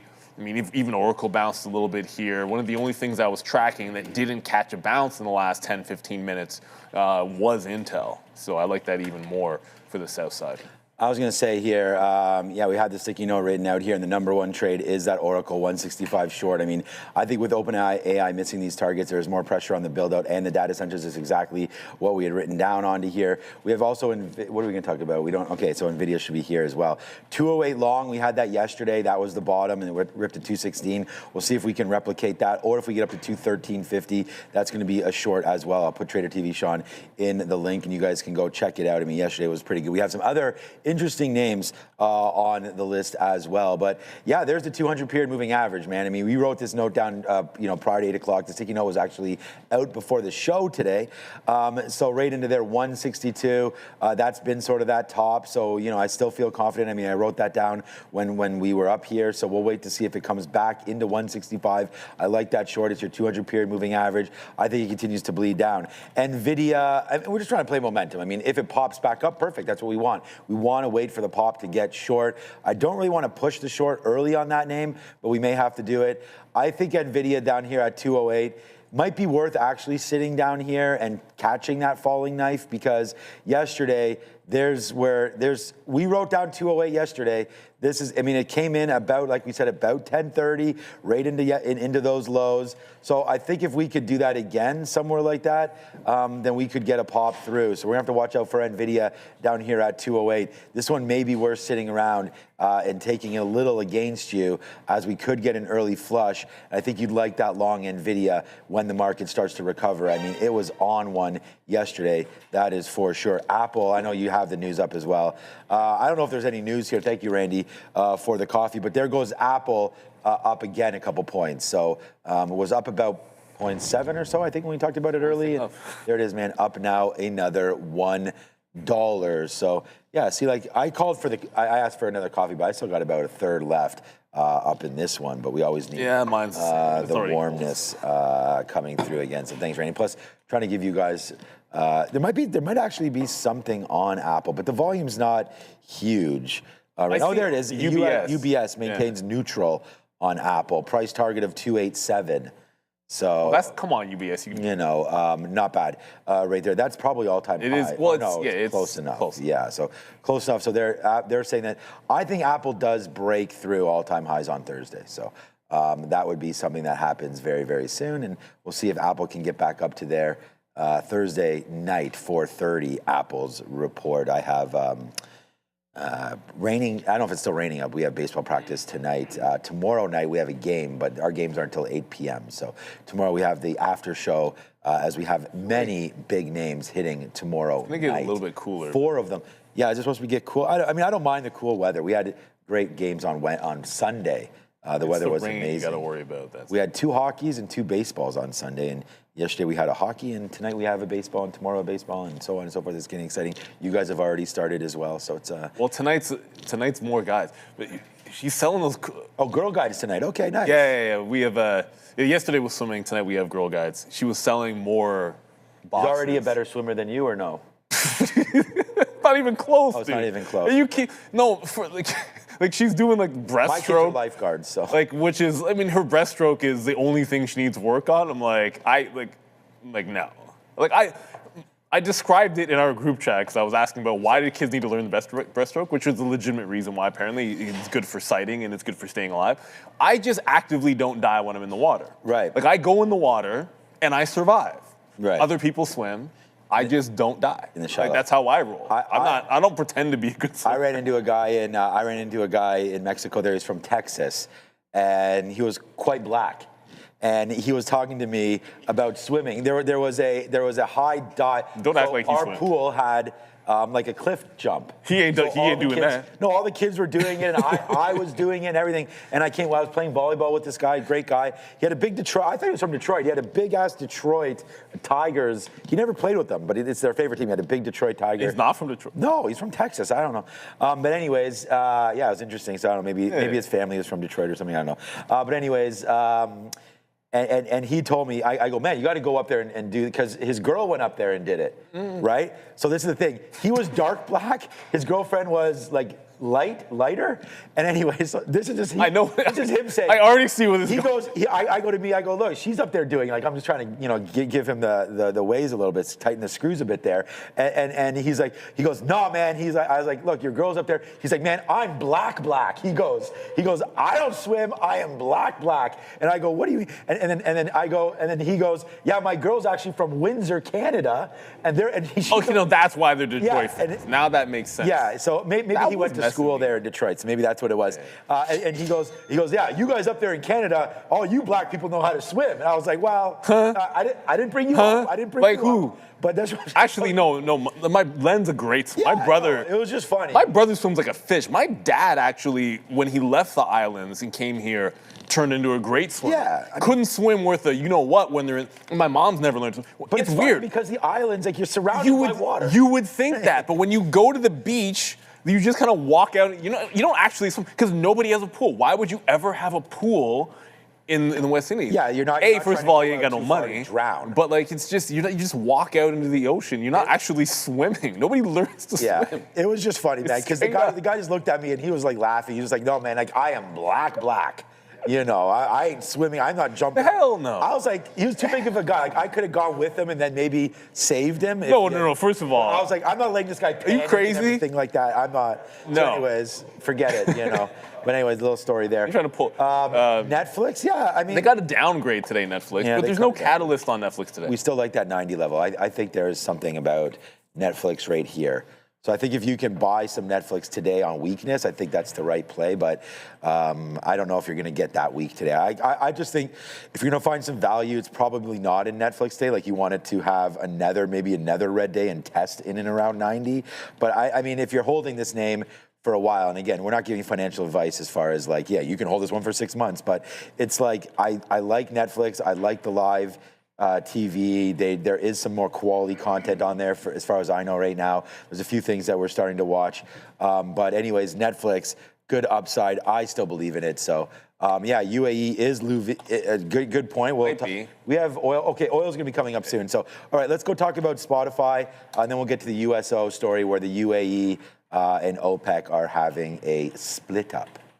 Yeah, just quick, we had this headline in SMCI, not too much, but just so you guys know, SMCI announcing they're expanding their data center building block solutions and flexibility with ARM-based platforms. ARM's not moving on this either, but SPOT certainly is moving, still near these pre-market lows here. This earnings report, not bad. Some guidance level, a little bit to be desired, though. Exactly, Adara. Q2 operating guidance guided to 630 million euros. The street was disappointed with that. They wanted 674, so there's your initial miss right there. Also, ad-supported revenue decline. Premium subscribers, they remain healthy. However, the ad-supported revenue declined 5% year over year, and even in constant currency does show a little bit of sluggishness. And it's suggestive of the fact that they're having trouble monetizing their free users, which they obviously did through ads. Another thing to keep in mind here. And then the post-Eck leadership anxiety. I mean, this is the first major report after Daniel Eck stepped down as CEO. He's still executive chairman, obviously, reacting to the first signs of guidance friction under the new co-CEO structure.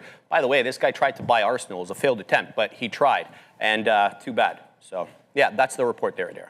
Yeah, you guys in the chat, let us know. Are you Spotify users at Apple Music? How do you listen to music? Neil, are you looking at SPOT today?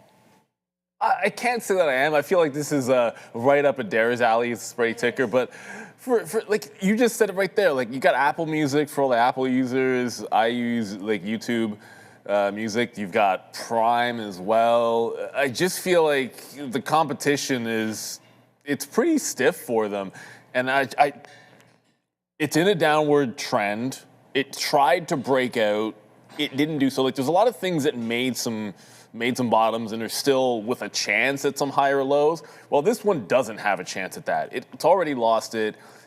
To me, it looks like a sell till it's not. I can't get behind the competition aspect here and why you would prefer them to. Like you get all in one with like an Apple if you own them. You get an all in one with Alphabet if you own them as well, taking advantage of YouTube and Apple Music. I'm not seeing it for Spotify. I could be convinced, and I say this, we recently, I don't remember if we left last year Spotify, and I feel like a lot of people I've talked to seem to be. And when the miss comes in terms of additions, like you want those new user additions. If that's where the miss was, I think that doesn't bode very well for them.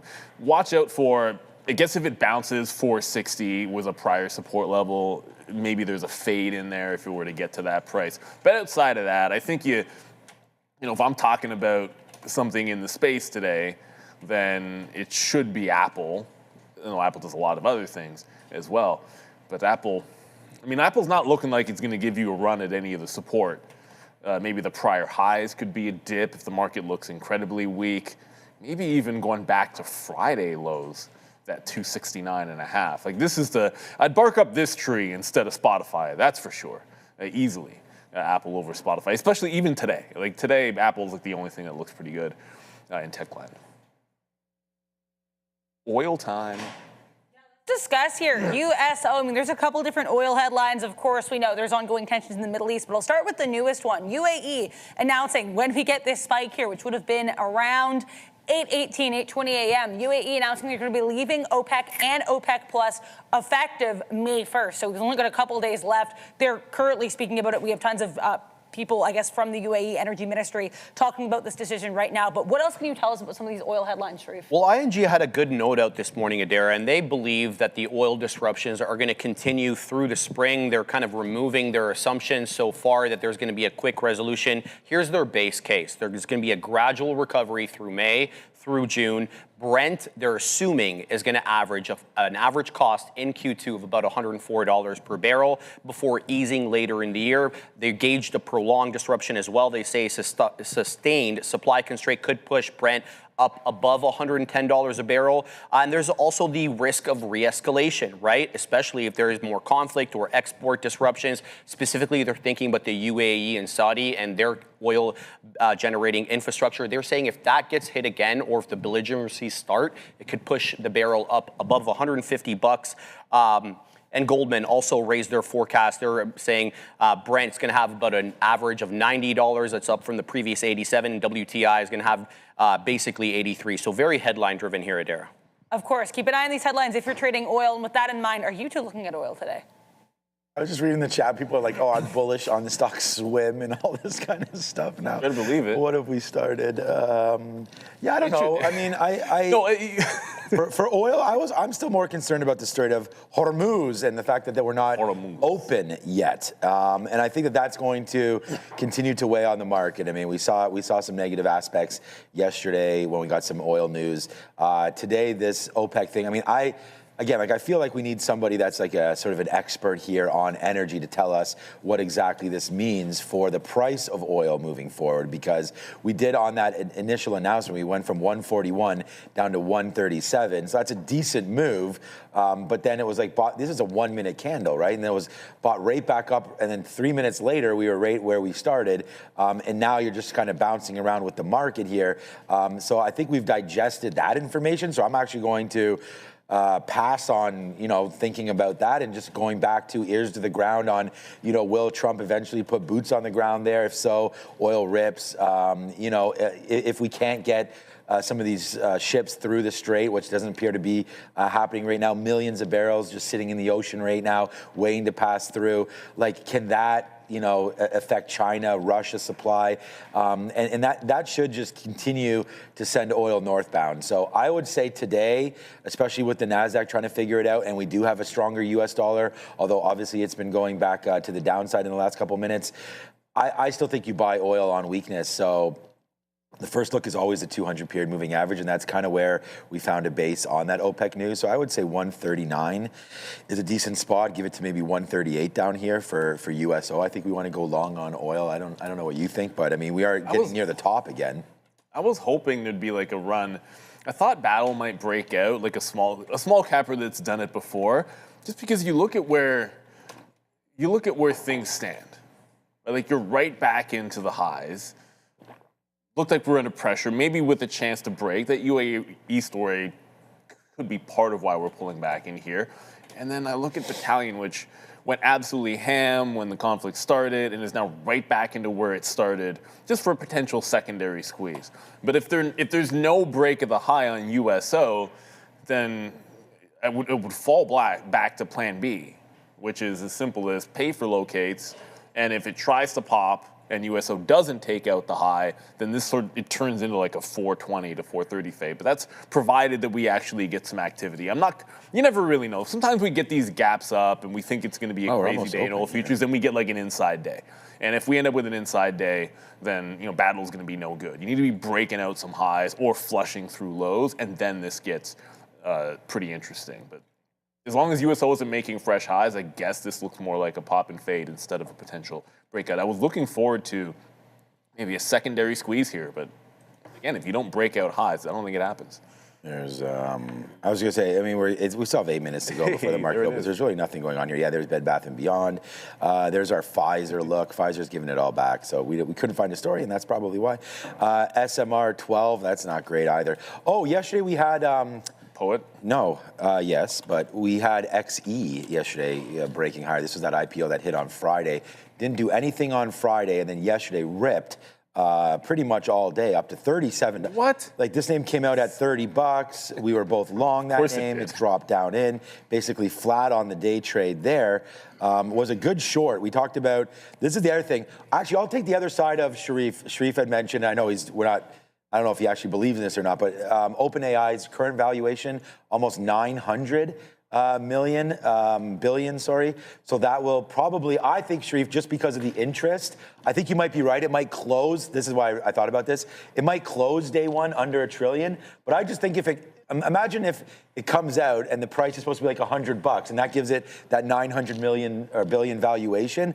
I just think just the exuberance of that opening day, we could become. Are we talking about the opening print or the issue price? No, I'm saying the issue. Well, the issue right now, its current valuation is 860. Yeah. So I think the opening print will be over $1 trillion easy. That's what I'm saying. So I was just going to say that's only 20% more. I still think it comes out over $1 trillion, whether or not it settles out over there. I think all three of those come out. Anthropic, SpaceX, and OpenAI all come out over $1 trillion. I think that could be the reverse order of them too, by the way. Well, I think it'll be the lowest valuation. No, sorry, not in terms of valuation. I meant in terms of when they come to market. Oh, when they I think come to market. I think we're gonna get SpaceX first, and then Anthropic. Then I think OpenAI might be the last. Yeah, and I just brought that up because I was thinking. I mean, Sharif mentioned that. I think it's probably OpenAI may be at a peak right now, which I think is what Sharif was getting at with those lack of numbers today. I mean, not a great look for OpenAI. But this is just talking about XE because we came out there and fell back into $27,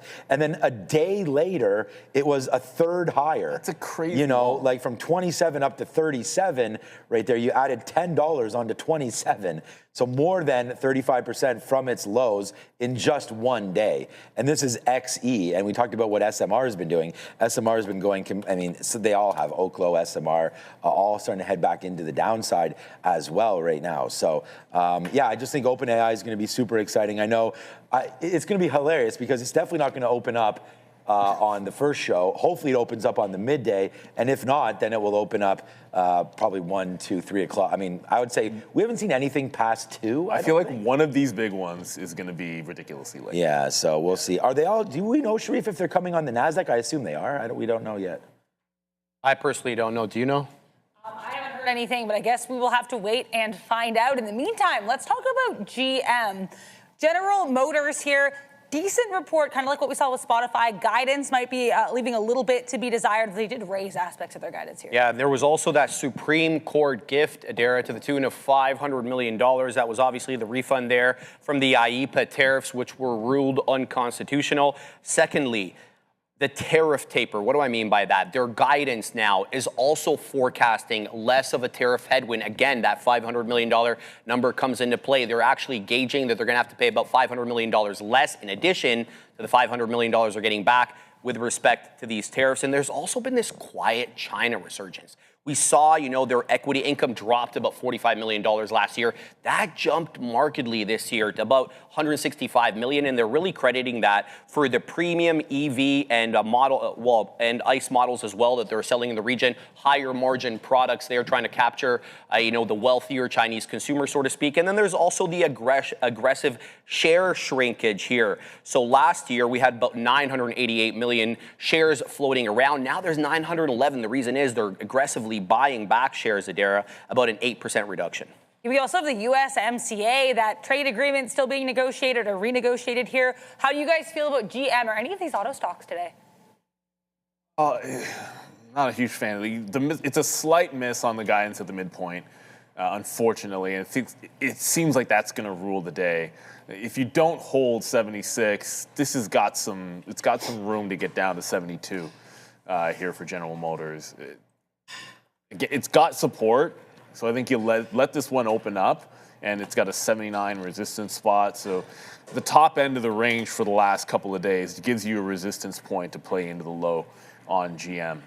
Unfortunately, it sort of is what it is. Ford's not really doing anything in sympathy. That's pretty flat. And Tesla's going to do its own thing. But no, I don't like that guide miss on GM. You throw in the fact that it had been performing pretty well over the last year, and don't like it. It's a reversal candle as well. Oh, we got a story here. U.S. Energy Secretary Wright. Hormuz can open without clearing all the mines. Okay. Well, yeah, little detail like that. I guess you don't mind them if there are a few left around there. Yeah, we saw that. I mean, USO is not really. USO's not really on that one. I mean, we know there was some water. I forget some of the stocks. There was a few there that had the mine. Underwater exploration. Yeah, it was like the remote mine clearing. Someone in the chat probably has it there. Okay, look, it's 9:27. I mean, we're probably not going to trade GM here, but the Nasdaq is now out. So there's Poet. Poet yesterday had to move down, obviously, on the canceled order from Marvell. But Oracle still a sell there, getting lower right now into 161. So are we ready for Robinhood? Let's go find out from the desk and get a little bit of a preview into Robinhood. We have to talk about this one, of course. It's going to be coming after the bell. I believe you can join us here. I think we're going to be covering these earnings at 4:05 p.m. Eastern. So don't miss it. This is one of the top names already on our visualizer, rather. So let us know if you're planning on looking at Robinhood today. What should people know about these earnings, Sharif? They're expecting 39 pennies per share EPS. Adara on $1.139 billion in revenue, which would be a 23% increase year over year. But it would represent the company's slowest growth In sales, that is, since late 2022. So a bit of a slowdown there. Also declining momentum, very strong. 2025, as we know, but since October, we're down about 26%. Also technical warning signs. We're trying to regain the 50 moving average. Regulatory headwinds as well. The prediction markets, a bit of a headwind for them. And then competitive pressures at Adara, Schwab, IB, IBKR, all really here driving for market share with Robinhood. We know that PDT rule a couple weeks ago certainly helped them when that was eliminated. We're going to have to wait and see if it can help the stock and the company tonight with earnings. You can find this infographic and some others on Robinhood and X at TTV Research. And of course, join us for these earnings tonight. How do you guys feel about HOOD? Are you watching this today or waiting till tomorrow? Probably waiting till at least the afternoon maybe to trade it and look at it tomorrow. But I do have feelings about IBIT, and they're red, or negative, I guess is the way to think about it, as Bitcoin double topped at 90 or 80,000, 79.5. We're being particular about it. You had a couple of days of consolidation. Yesterday, it broke down the support, so 43.65-ish. That's the first level to look for this fade. And even yesterday's triple bottom at 43.4 over there on IBIT. So I'm looking pop and fade. Robinhood is a very similar story, maybe even a little bit weaker than the overall, I guess, the crypto market. It's not just a crypto play, but I think that's part of what's going to weigh down on their earnings potentially tonight. So IBIT's going to be in play for me. We talked about some Intel. Their USO is continuing to drop, by the way. USO? It'd be decent for the markets, as we just broke the lows here on USO and filling in a little bit of the gap. So let's get the open here. It is Tuesday. We'll rock it in 2 and 1. Not necessarily rock it, but... No, we'll see. I mean, the market is now open. We're going to wait to see. I mean, NVIDIA might be the first one that comes in. We said we would try to take a little bit of a shot here at 208 if it does come in. It's right now 208.60s. I'm having like really bad quote issues right now, so hopefully those will settle out just a little bit really right bad now. But here we go. Apparently they want us to open the Hormuz Strait right now is what Donald Trump is saying. We can look at Tesla does make that move down and then right back up. I mean, Tesla actually hit 372. Unbelievable there again. Up $4 from that low goes Tesla. So there that goes. Oracle's not having the worst day of all time as it's trying to make a move back up. We'll wait for that 165, see if that comes in. And then NVIDIA might just be on one again right here it's just, it's still on 209, but the fact that it's not really falling. But here it comes, just made a move into 208.60s again. Here it comes, look at the NASDAQ making that move lower, which is kind of strange because we saw USO on that announcement start to go a little lower there on Trump mentioning Iran wants us to open the Strait of Hormuz. So we'll wait to see. We just missed it. We were at 208.15. Can you believe that or not? We just went down into 208.20s. So we missed that. That should be $1, but we don't have it. Maybe I'll try a little bit up here just to take like a quarter of a unit at 209. Still really like this NVIDIA call for the long side. We'll see. We're going to wait for 208. Yesterday's low, 207.50s. That's what we're not letting break. So right there, 208. Let's give it a 207 break right there. We just heard that CoreWeave actually got smoked right there off open, down 8%. Not really. Got into 103. So we're going to have to watch out for that. Early trade for me, long NVIDIA. Well, the market coming back in here. Bitcoin did absolutely nothing. There was no pop and fade, but Intel was able to pop through VWAP and immediately doing a rejection candle. So if this closes, it's only 2 minutes into the market, so the first 3-minute candle still has to matriculate a little bit. Going to look for that to close under VWAP and play this to the south side as long as it closes beneath that volume weighted average price. As I said, IBIT doing absolutely nothing, and USO's trying to bounce. That might put battle into play. Nope, never mind. USO not moving that even a little bit, unfortunately. So yeah, gonna have to wait for Oracle or Intel to do a little bit of something. Those were the top of the list. And Oracle's almost at that one. Come on. 165 level. There we go. Now we just load it up. All right, there it is, man. Early dollar club there on NVIDIA. We said we're going long. We actually bought some more on that 210 break. So there goes NVIDIA right now. Now $1.30 in the money. It's actually more than that from our lows. That's 209 up to 1050 right there. There goes NVIDIA. Let's see if we can hold on a little bit more. Wow, good trade there on NVIDIA as we talked about trying to buy. We said tomorrow's trade today. We said that yesterday we were going to go long on NVIDIA. So there it goes right there. Nice move back up to the upside, man. We did it again. There's $1.50. From the bottom, though, we're talking about $2 now on NVIDIA. There it goes through 211 again. So, hey, man, it's an upside play there for NVDA. Let's see how long that one tends to last for us. But there goes NVIDIA up to 211 and change. Obviously, we're looking at OpenAI. That could be a Microsoft story as well, as they're missing some of their user targets. Microsoft coming back in now off of a nice high. Good, beautiful open for Microsoft, up to 425 and change. But we're running the show right here with NVDA so far as that continues to go high. I mean, I only have the one trade. Yesterday, we only traded the TQs early, and so far on NVDA. So that's going to be it right there. Oh, Oracle did go up to what my level there, 165. Yes, it did. Wow, what a call there, 165. So that's back to back, man, on the sticky note. And too bad we're looking at Oracle. We were looking at NVIDIA there, but there's Oracle 165 short. Great call out there from the chat. The high is 165.07. There's $1.50 on Oracle if you just followed the note, which I did not, but here it comes right back up. I'm not going to short it as long as I'm long NVIDIA, but here comes Oracle back up to that 165 marker. What you got, Adara?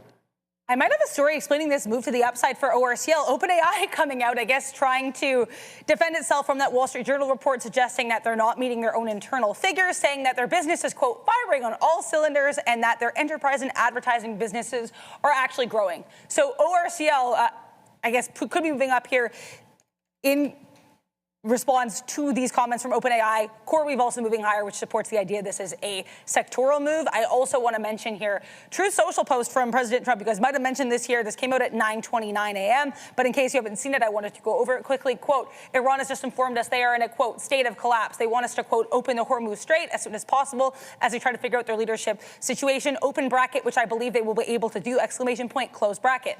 Thank you for your attention to this matter. So President Trump saying that Iran wants them to open the Strait of Hormuz. Keep an eye on oil. This came out like a minute before they open. Back to you.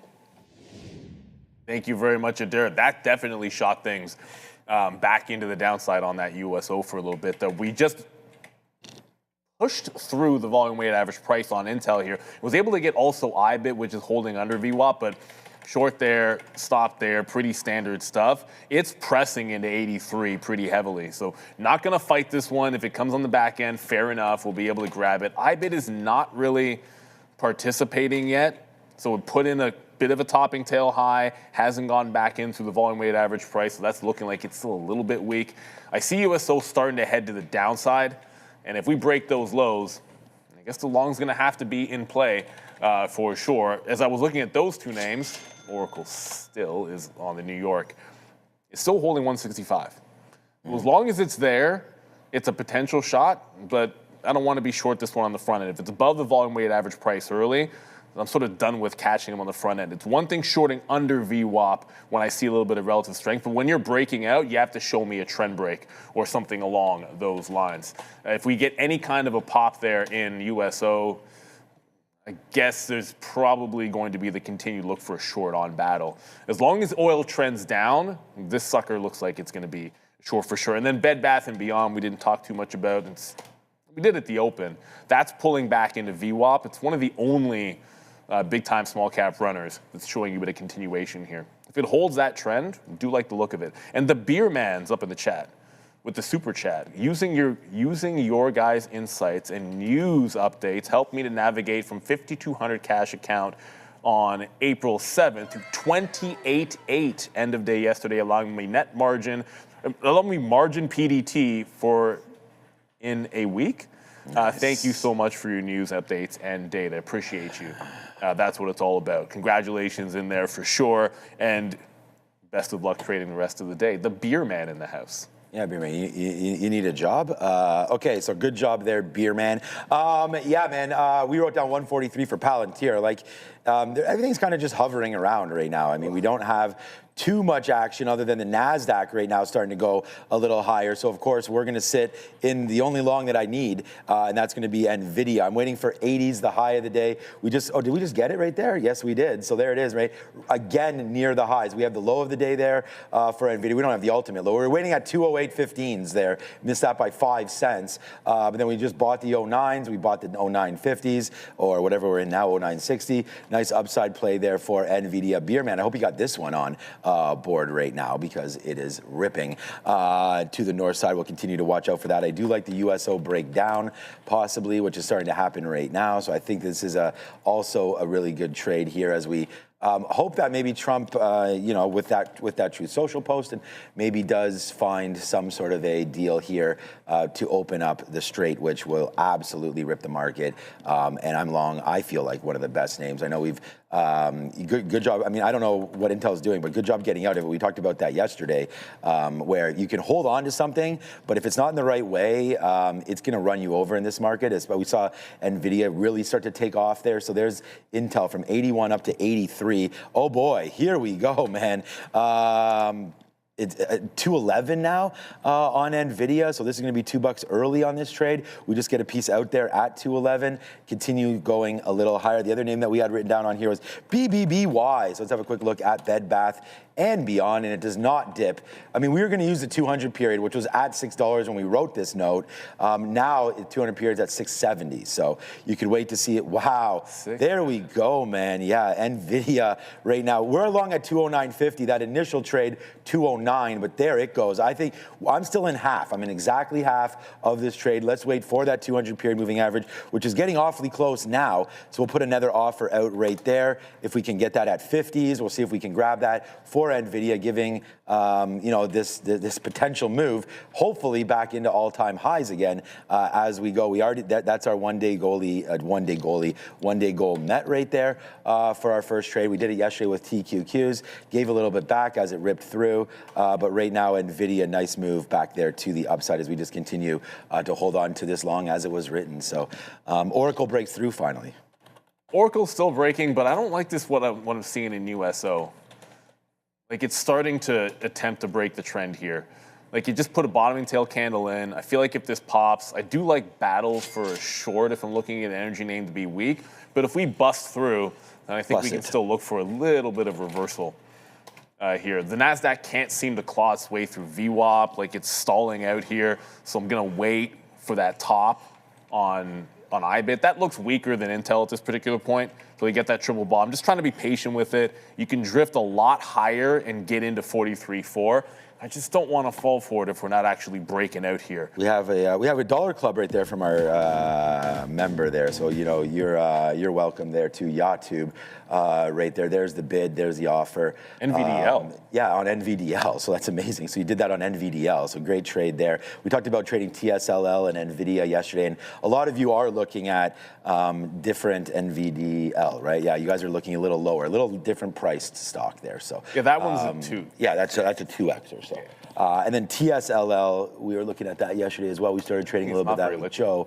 Their big move there for TSLL today as well, as the market's trying to come back just a little bit now, but there it is, retaking some highs as the NASDAQ looking at VWAP again, man. And we said, you get these days where the market's looking pretty bad. We come in and it's all risk off, and the very first position we put on is the long. So it looks like risk on a little bit here today as this market continues to mature up. All right, Bed Bath & Beyond, Oracle, NVIDIA, and Palantir was the other name that we had on our watch there. This was a 143 short is what we wrote down. That's still holding out, so that's not bad. Now $3 in the money on our first initial position there for NVIDIA. I'm going to offer some out there as well in the 80s. There go. Offering 85. We get that now as that continues to extend through. There goes NVIDIA, man. How high can we go? Now $3 in as we just continue to climb higher and higher, man. We did this yesterday. Let's see if it wants to hold it here today. It's NVIDIA for now.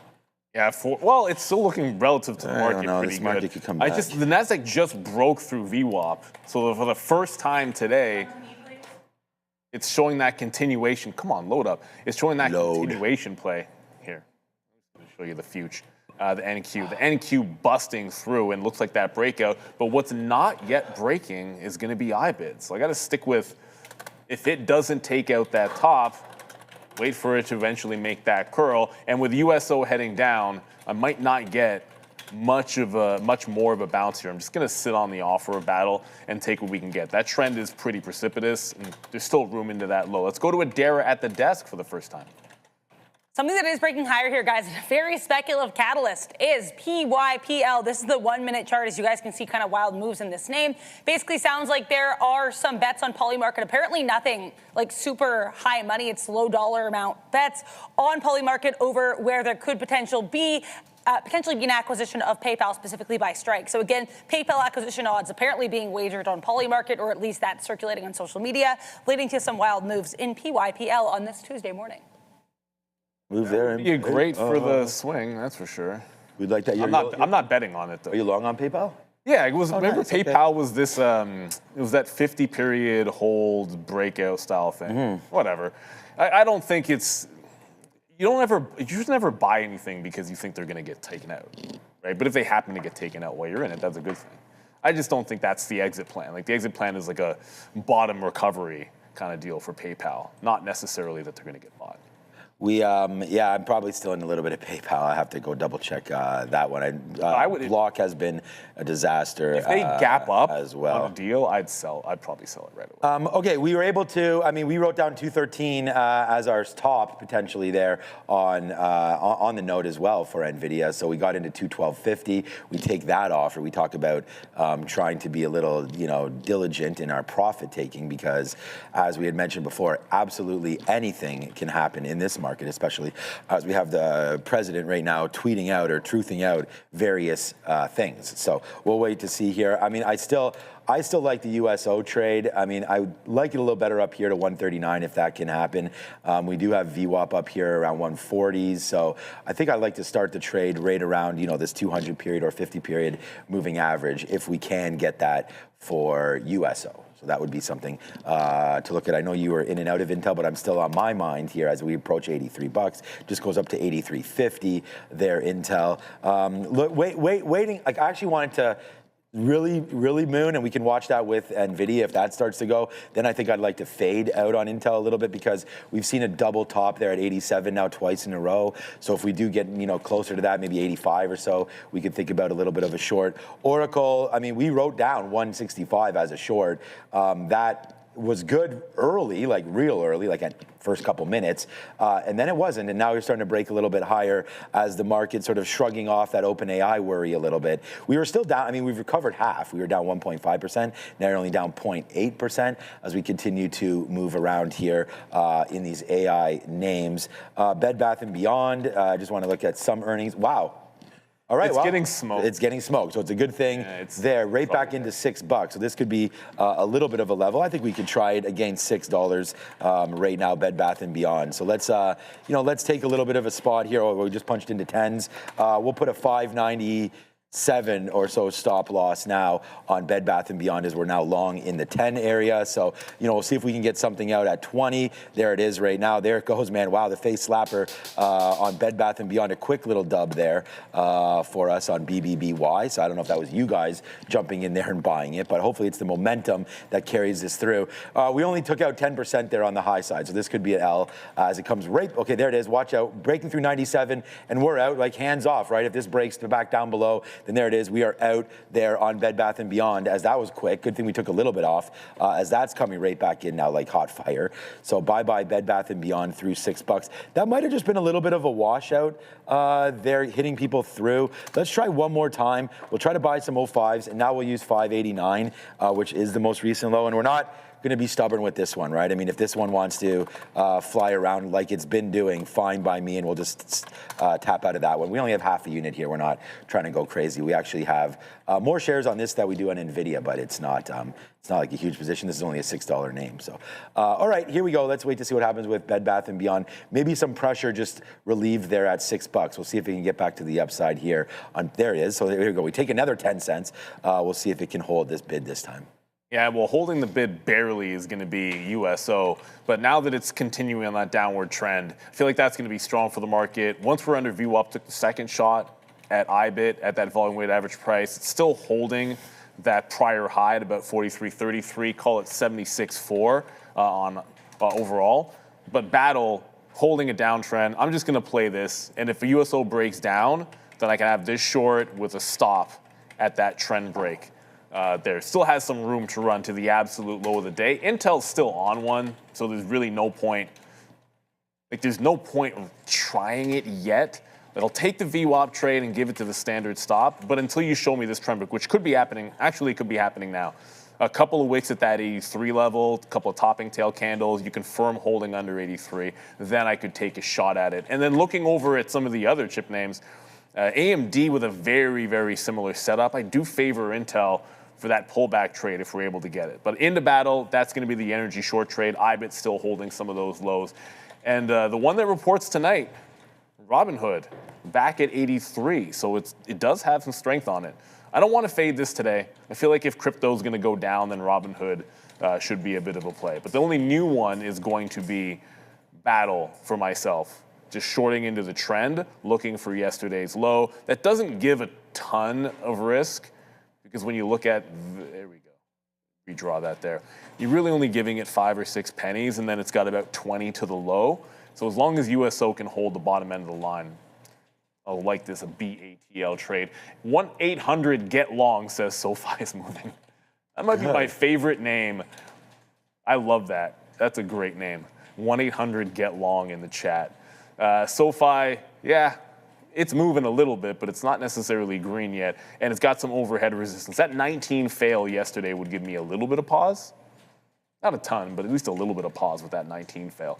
But look out, the market's strong, so SoFi just following the market here just hasn't really gone into the positive yet. And there's no catalyst either that I'm aware of for SoFi. No, let's get going, SoFi, man, for sure. I hope so. Yeah, I'm just liking some of these. Thank you, everybody, for all the love there on Twitter as I just go over and comment back and forth with some of you guys there as well. No catalyst for SoFi. Thanks, Adara. Okay, we just get a 212 again. So, yeah, man, we'll fire off the hot dog cannon, whether or not you're going to the Jays game or not. Enjoy a hot dog as it is nice weather out finally, although it's a little rainy here right now. I was with a hockey dad yesterday, was grilling in his backyard. It was a gorgeous day there yesterday. I really like Meta. We talked about that yesterday with Joe. I think this is the biggest risk to the shorts coming through. I really enjoy watching Meta rip, and I think that that's a very good possibility right here coming tomorrow night. We'll see if we can get some. We cut the 10% of the workforce there, and I think Meta does get some going there tomorrow. Off earnings. I do like this play. We'll see if it wants to work out. Meta tomorrow. Again, I don't really like the glasses. I don't think it's anything like that. We'll just see if some of that money with avocado and some of that stuff starts to finally pay off a little bit. And we'll just wait to see. I mean, I know they got WhatsApp and they got all that stuff there. And then Microsoft's also one of the.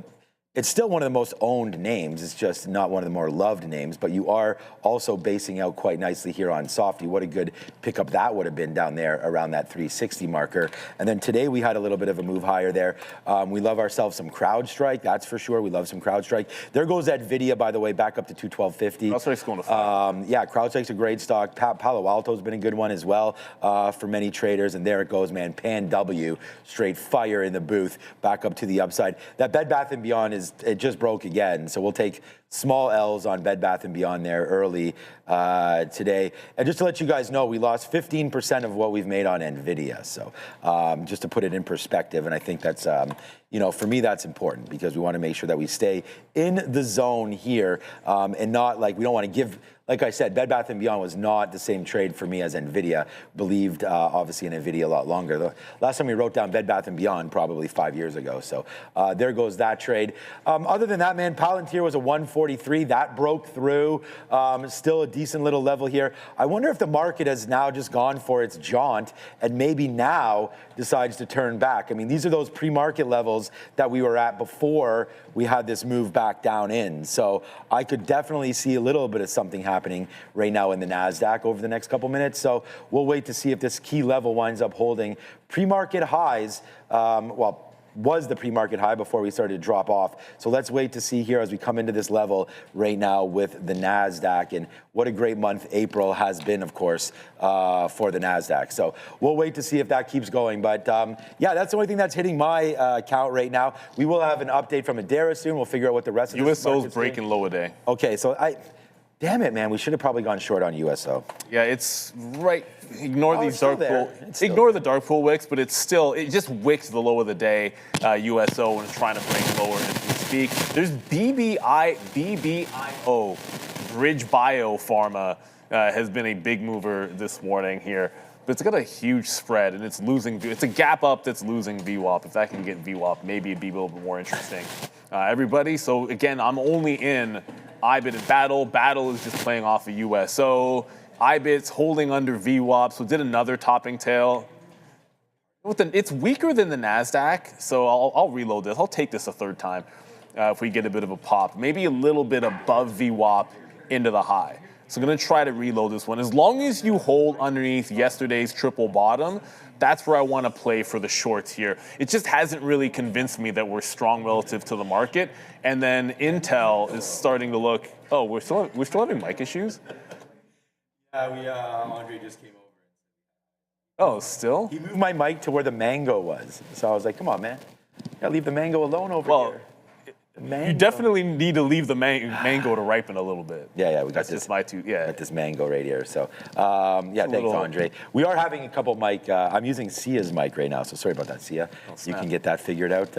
You know what? My mic has been apparently good. Yeah, I think they switched. I think. Well, here's a battery. I don't know what this battery pack is doing. I just found it here, so I'm guessing Joe must have needed a new battery. There is a battery pack yesterday. over here. Where's Fabian? Oh, he's not in yet. Okay.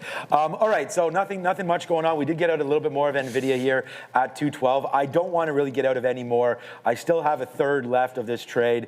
Hopefully, we can let this get going a bit, but I'm always going to use this 50-period moving average as our out. So a break back down below 210.50 over here, we need to get out. This is the only way that I can possibly see myself holding on to anything for a longer period of time is by giving myself some sort of an out that I can kind of respect, and that would also be in and around near VWAP. So I don't want to just play VWAP so early. It's 9:55. I don't mind. I mean, I just don't want to go longer there. I'm just going to wait to see what winds up happening. If we do wind up breaking the 50 period, then we'll get out. It'll still be a dollar, but you know, at the end of the day, we're looking for a little bit more. We saw $8 straight to the upside yesterday, and not today doesn't need to be the same as yesterday, but let's just wait to see if the NASDAQ, first of all, wants to hold this bid. It was a risk-off day early, and then we get some Strait of Hormuz talk, and President Trump talking a little bit nicer here about the dealing with Iran. So we'll see if we can get some positivity here in the market. 10.50. So I'm going to now change my stop. I didn't really put a stop in, actually.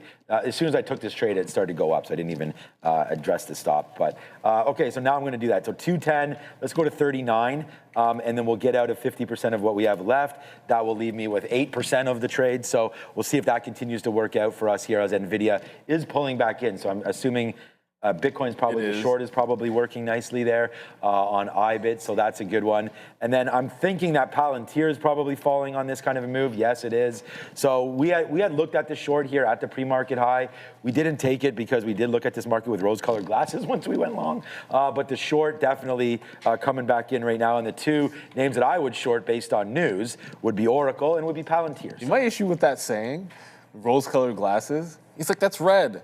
I know rose-colored glasses is positive, but with market context, rose-colored glasses would be red, which is kind of negative. Yeah, exactly. It's a difficult one for trading because it cuts both ways. You're looking at the market with rose-colored glasses, so you're thinking that there's some positivity there, and then there is not.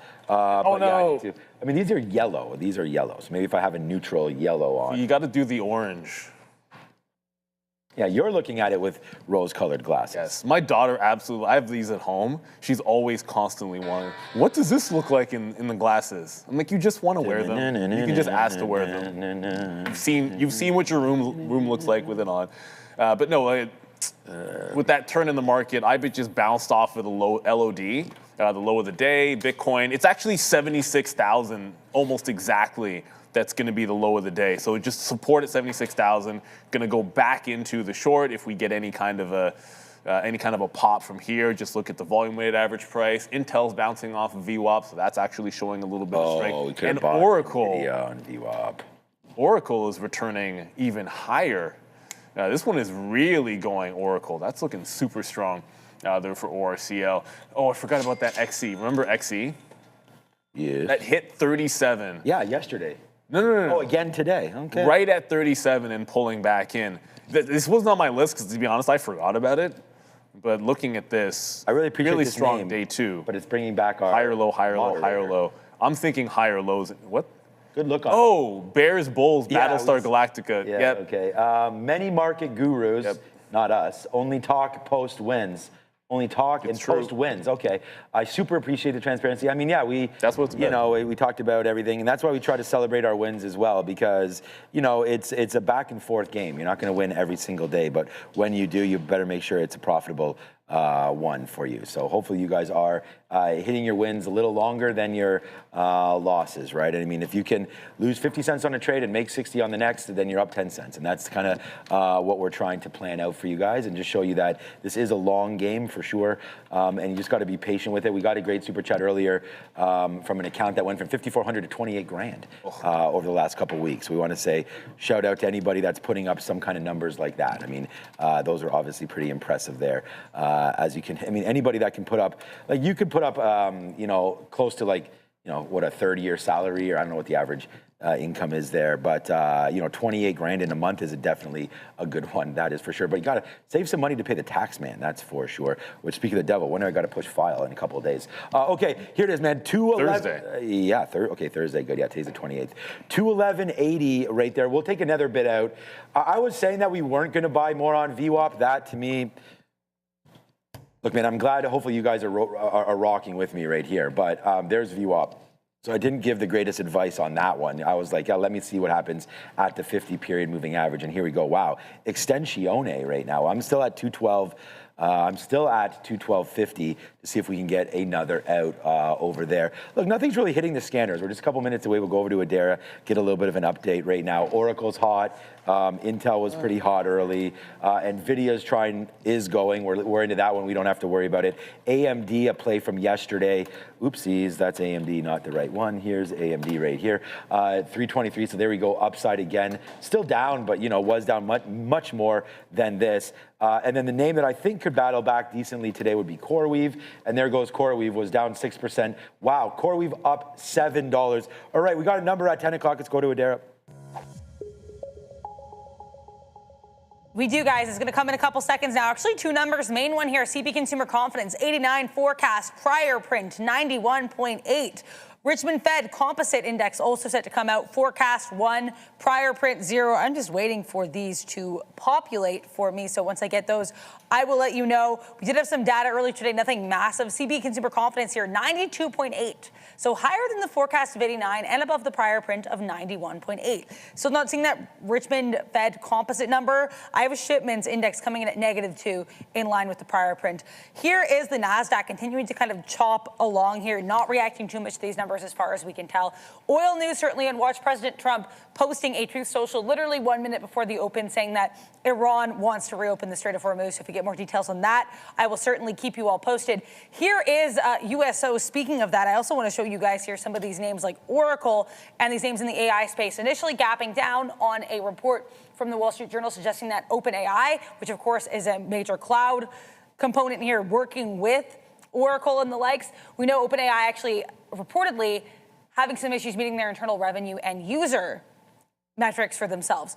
However, OpenAI comes out right off the open and they say their business is apparently firing in all cylinders, sending all of these names to the upside. So all it took was one comment from OpenAI to reverse a lot of those drops. Spotify, one of the many, many earnings names on watch. In the case of Spotify, you've got a sales miss, but an EPS beat and guidance, a little bit of an issue here as well. Other names that reported this morning include Coca-Cola, GM, UPS. Last night you had Amcor, you had BBBY, that's Bath and Body Works. So tons to look at for earnings tonight after the bell. You get the likes of Robinhood, Bloom Energy, and Starbucks. Back to you. Bloom energy. Thank you, Adara, for that one. Fire. Yeah, the house is on fire, and right now the chips are on fire right now because we get that one. Spin it one more time.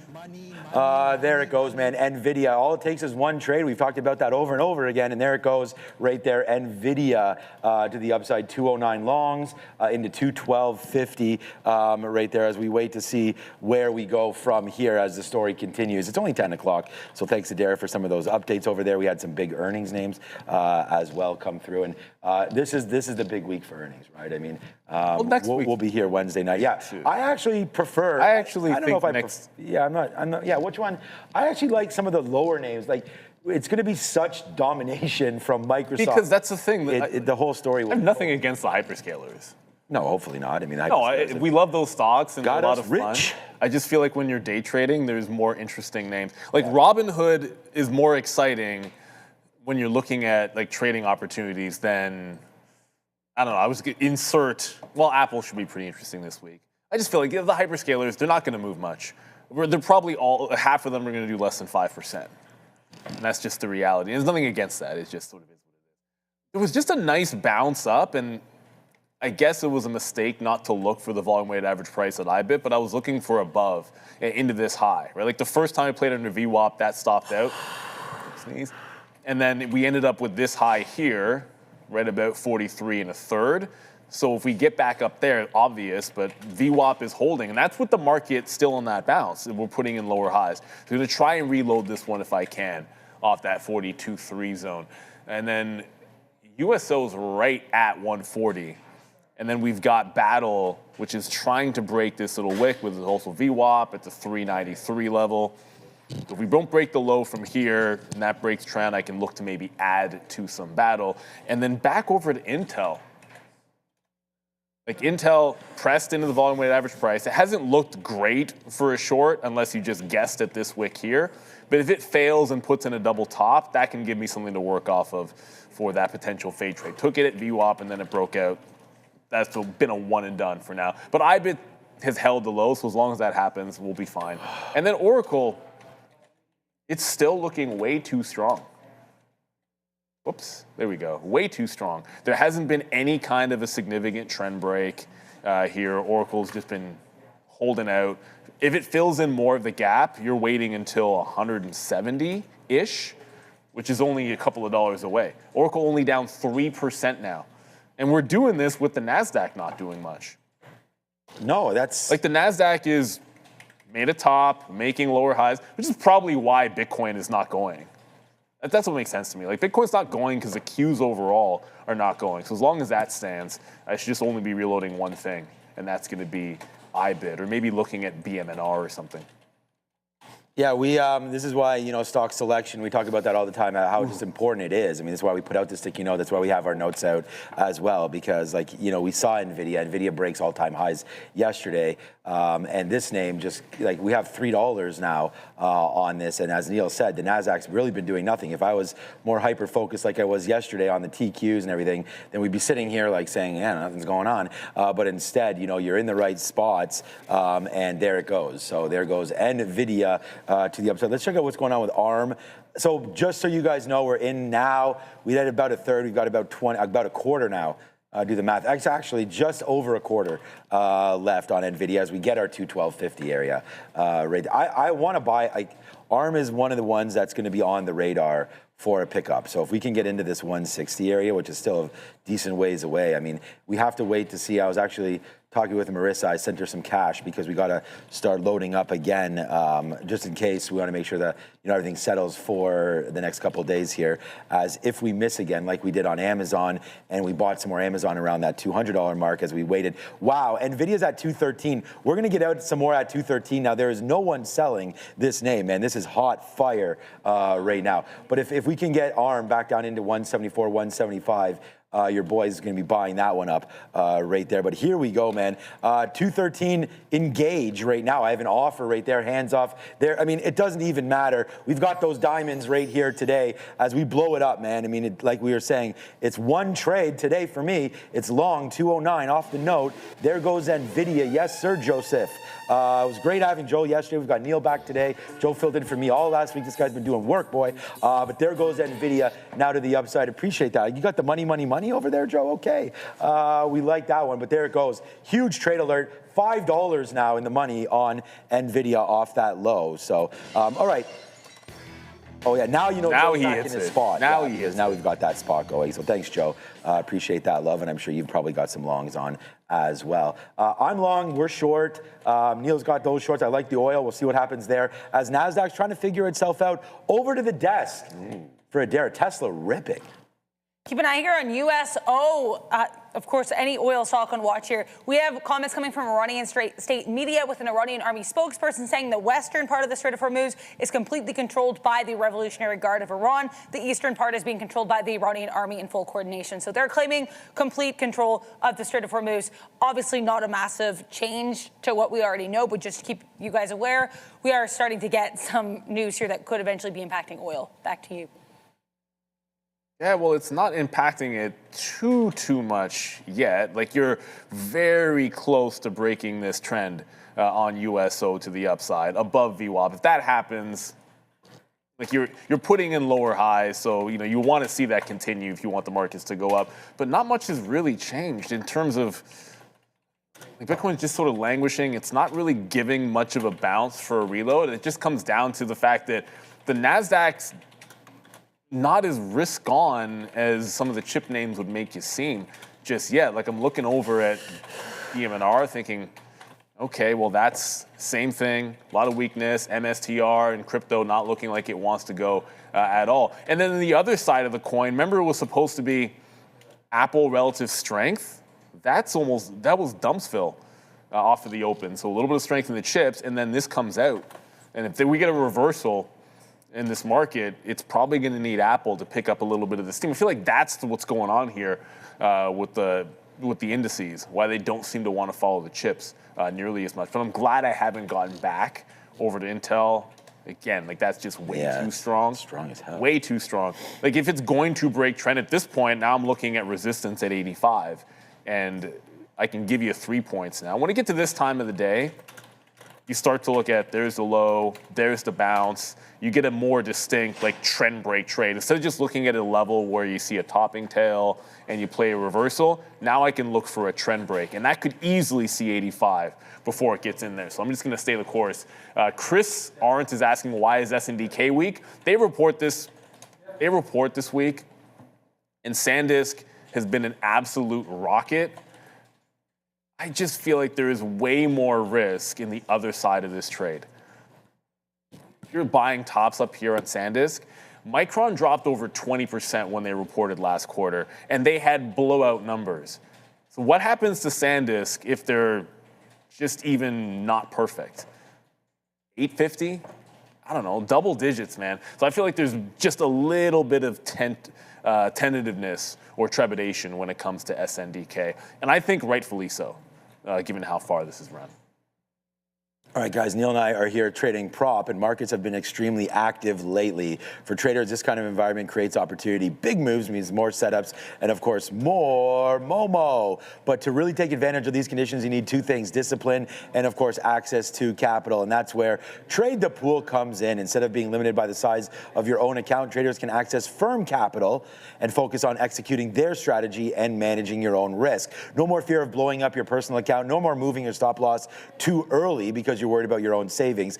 This is what we call limited risk trading. So if you take advantage of the volatility in today's markets without risking your own capital, visit tradethepool.com, and please make sure to scan that QR code because you will get an extra 10% off and you'll be telling them that you are coming from Trader TV. So you've got the best with you already. But yeah, we're excited to continue that relationship with Trade the Pool, and we want to thank them for their continued sponsorship as well. And I think Neil and I are probably hopefully good examples, and we talk about that all the time as far as making sure that if you're going to sit here on prop trading, as that ad continues to run there, Andre, which is all good. I mean, extra time, no problem. And we talk about how that's the whole point. No, that's good, man. Keep that going, Andre. Yeah, run it again. What the hell? Yeah, no, I was going to say, that's what it's about, right? Using a little bit more of the buying power that you potentially wouldn't have on your own account, and then adhering to some of the stop loss rules that many prop firms do have. So it does treat you quite well in the long run. However, this game is a very, very tough one. So please be patient with it, and hopefully you guys can find some success in your day trading as well. Okay, so Tesla, like people were like talking like, Sean, why are you ignoring Tesla? It's ripping through 380. Yeah, man. I mean, we missed it. There it goes. Tesla breaking through, as you guys rightfully mentioned, breaking through that 380 marker. So it's coming back in just a little bit. I'm taking the opportunity now to wait for 378. That's VWAP. That's your 50 period moving average. We know Tesla's a wild, wild one. So sometimes you got to be a little more cautious with these names because they'll move a little more dramatic, especially if there's not news story, then you're sort of in the process of the market makers, and they can do funny things with stocks, especially a name like Tesla. So we'll be able to carefully watch that one at 380, looking for 378. I'm just going to stay long on NVIDIA now. I'm down to 20% left. We just took another piece out when I thought it was breaking through 213. Yeah, didn't think that one through, my guy. As there it goes right back again to the upside. Now, it's still $5 from that bottom, but you remember how our math works. It takes out these shares first, those shares next, and then there's the nice upside play. And just looking to see where we can potentially get out. We had written down on our note, which is why I'm getting a little iffy right now. This is the sticky note today. It's back-to-back days where we had NVIDIA on there. We talked about Oracle at 165. I do want to relook at that before we go anywhere. But there's the 213 short area. So long at 208. We missed the 208 by 5 cents. We were at 208.15. It went to 208.20.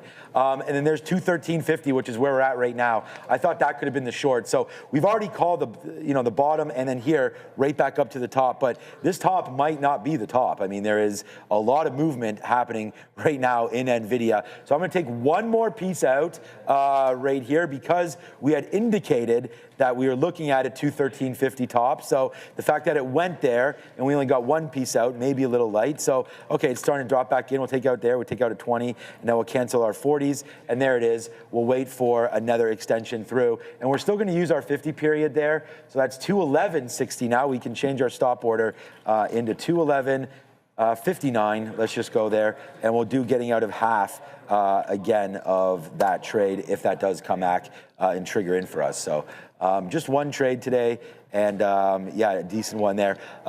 Fabian, where are you? This mic. Oh, you want to speak? Okay, this mic is dead. Yeah, so I just wanted to give that to you because Randy was fooling that around. wasn't working when we were talking this morning? No, because remember Randy gave it to me and I'm like, oh man, this guy didn't even turn the mic on. So then I turned it on and it turned off immediately. So I probably... Apologies on the mic issues. We've been having some battery. Yeah, I don't know. They just had to replace my battery too. That's what Fabian... Which doesn't make any sense because I just turned it on 2 hours ago and they usually last like half of the day. Yeah. To the person that asked if Intel's turning around, I mean, it's trying. I don't think it's time. Just like I'm gonna look for this to break the trend. I'll leave it at that. Like there's the opening bottom wick. It held VWAP pretty tightly, so it has to break trend, or I don't want to step into this way too early. Like we took, whoops, thank you, wick. We took one shot at it, and I want to make sure the second one is following the rules of action. Unfortunately for IBIT, I just can't seem to, it just doesn't want to bounce to give any re-entries anymore. So we got it coming back in through the volume weighted average price, and it's still just sitting right at those lows. The NASDAQ is going pretty much sideways. I haven't found anything. I see a lot of people have been mentioning NEO in the chat. And Adara's looking into it, and if I don't see anything obvious on NIO. Nothing since yesterday morning. Yesterday morning, they had that on semi partnership. There were about 5 different press releases for some reason for this one partnership. And again, yesterday morning, well before the bell, nothing since then, Neil, and everybody looking at NEO. Yeah, when you don't see new news and you get that kind of a reversal candle, like my first thought is if that holds that high, and we'll go back to a 3-minute just so you can see. If you end up holding that high, usually I would fade off of that if you get a chance. NEO's probably free. Absolutely, it is free. All right, but it doesn't matter because Intel looks like it wants to challenge breaking that trend line, which I'm just going to redraw so you can see. Intel's breaking trend as we speak. So second salvo in Intel would come in. But I do think if there's no news on NIO, that does look like sort of an obvious reversion play.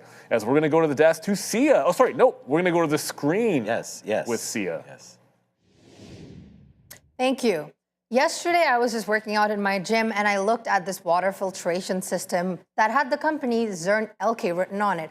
I got curious, and I looked up their ticker, and of course, they had a very good earnings, so we're going to talk about them and take a look at their history. So Zern LK Water Solutions, company that trades on the NYSE under the symbol ZWS, has a market cap of $8.81 billion, and the company produces water filtration solutions for commercial use, and at the same time also produces plumbing products.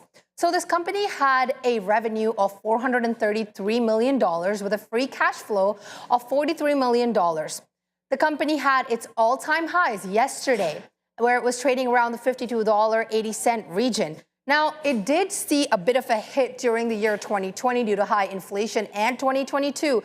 This was due to a failed merger that took place in the month of July, which caused a loss of $10.1 million and a lot of one-time transactions within the company. So what also happened was it sent the company's stock down, but it did make a significant recovery, and the stock is up 64% over the past 2 years and 206% up over the past 5 years, ranging back to the year 2020, which is all thanks to the demand in the water sector. And that's all for you about ZWS, sending it right back to the big desk. All right. Thank you, Sia. Yeah, I actually like that segment. If we can do that, like, you know, what Sia's looking at, something like that as a new segment, I think that'd be awesome because these are names that I've actually talked about it. CSCs. Yeah, CSCs. Yeah, that's a good one there. I think that would be great. That's low-hanging fruit. Those are names. I'm not taking any credit for that one. But I think it's a great. I think that's a great thing. Yeah, I like that. Yeah, I think that would be fun because it's names that maybe potentially, you know, we take advantage of that we don't talk about and cover on a daily basis. So that's a good one there. See, I like that one, the water game. I think water is going to be a huge play moving forward as you need to cool these data centers and water's used in construction. Obviously, we need to talk about that. With all Canada's water, then we'll be able to profit from it, and then we'll be able to throw that into our sovereign wealth fund. Yeah, good idea by Carney there yesterday. Well, the important thing about a sovereign wealth fund, of course, is that you have money to put into it. Which when you take all of those big surpluses that you've got, right, and then you're able to take advantage. Oh, that's right, we don't have any surpluses. Oh, okay. Oops. Yeah, we just forgot about that part here. Thanks, Justin. All right. Wow. Canada is doing a sovereign wealth fund, actually. Yes, we are, and it should be a good one. Although it's a silly name if you don't have any money. Yeah. Well, they've got some money, just got to deploy it in the right spots. Okay, let's go back over again. Okay, Adara with an update. Oh, this time to the desk. Oh, yeah, sorry, guys, to inundate you with stuff here. We'll just do the small cap recap super quickly. ATER near intraday highs, announcing a definitive agreement to sell their e-commerce brand portfolio for $18 million. KIDZ yesterday, class over. I know this is a name for sure that's been traded on the midday in the past. Named to Time, yes, that time.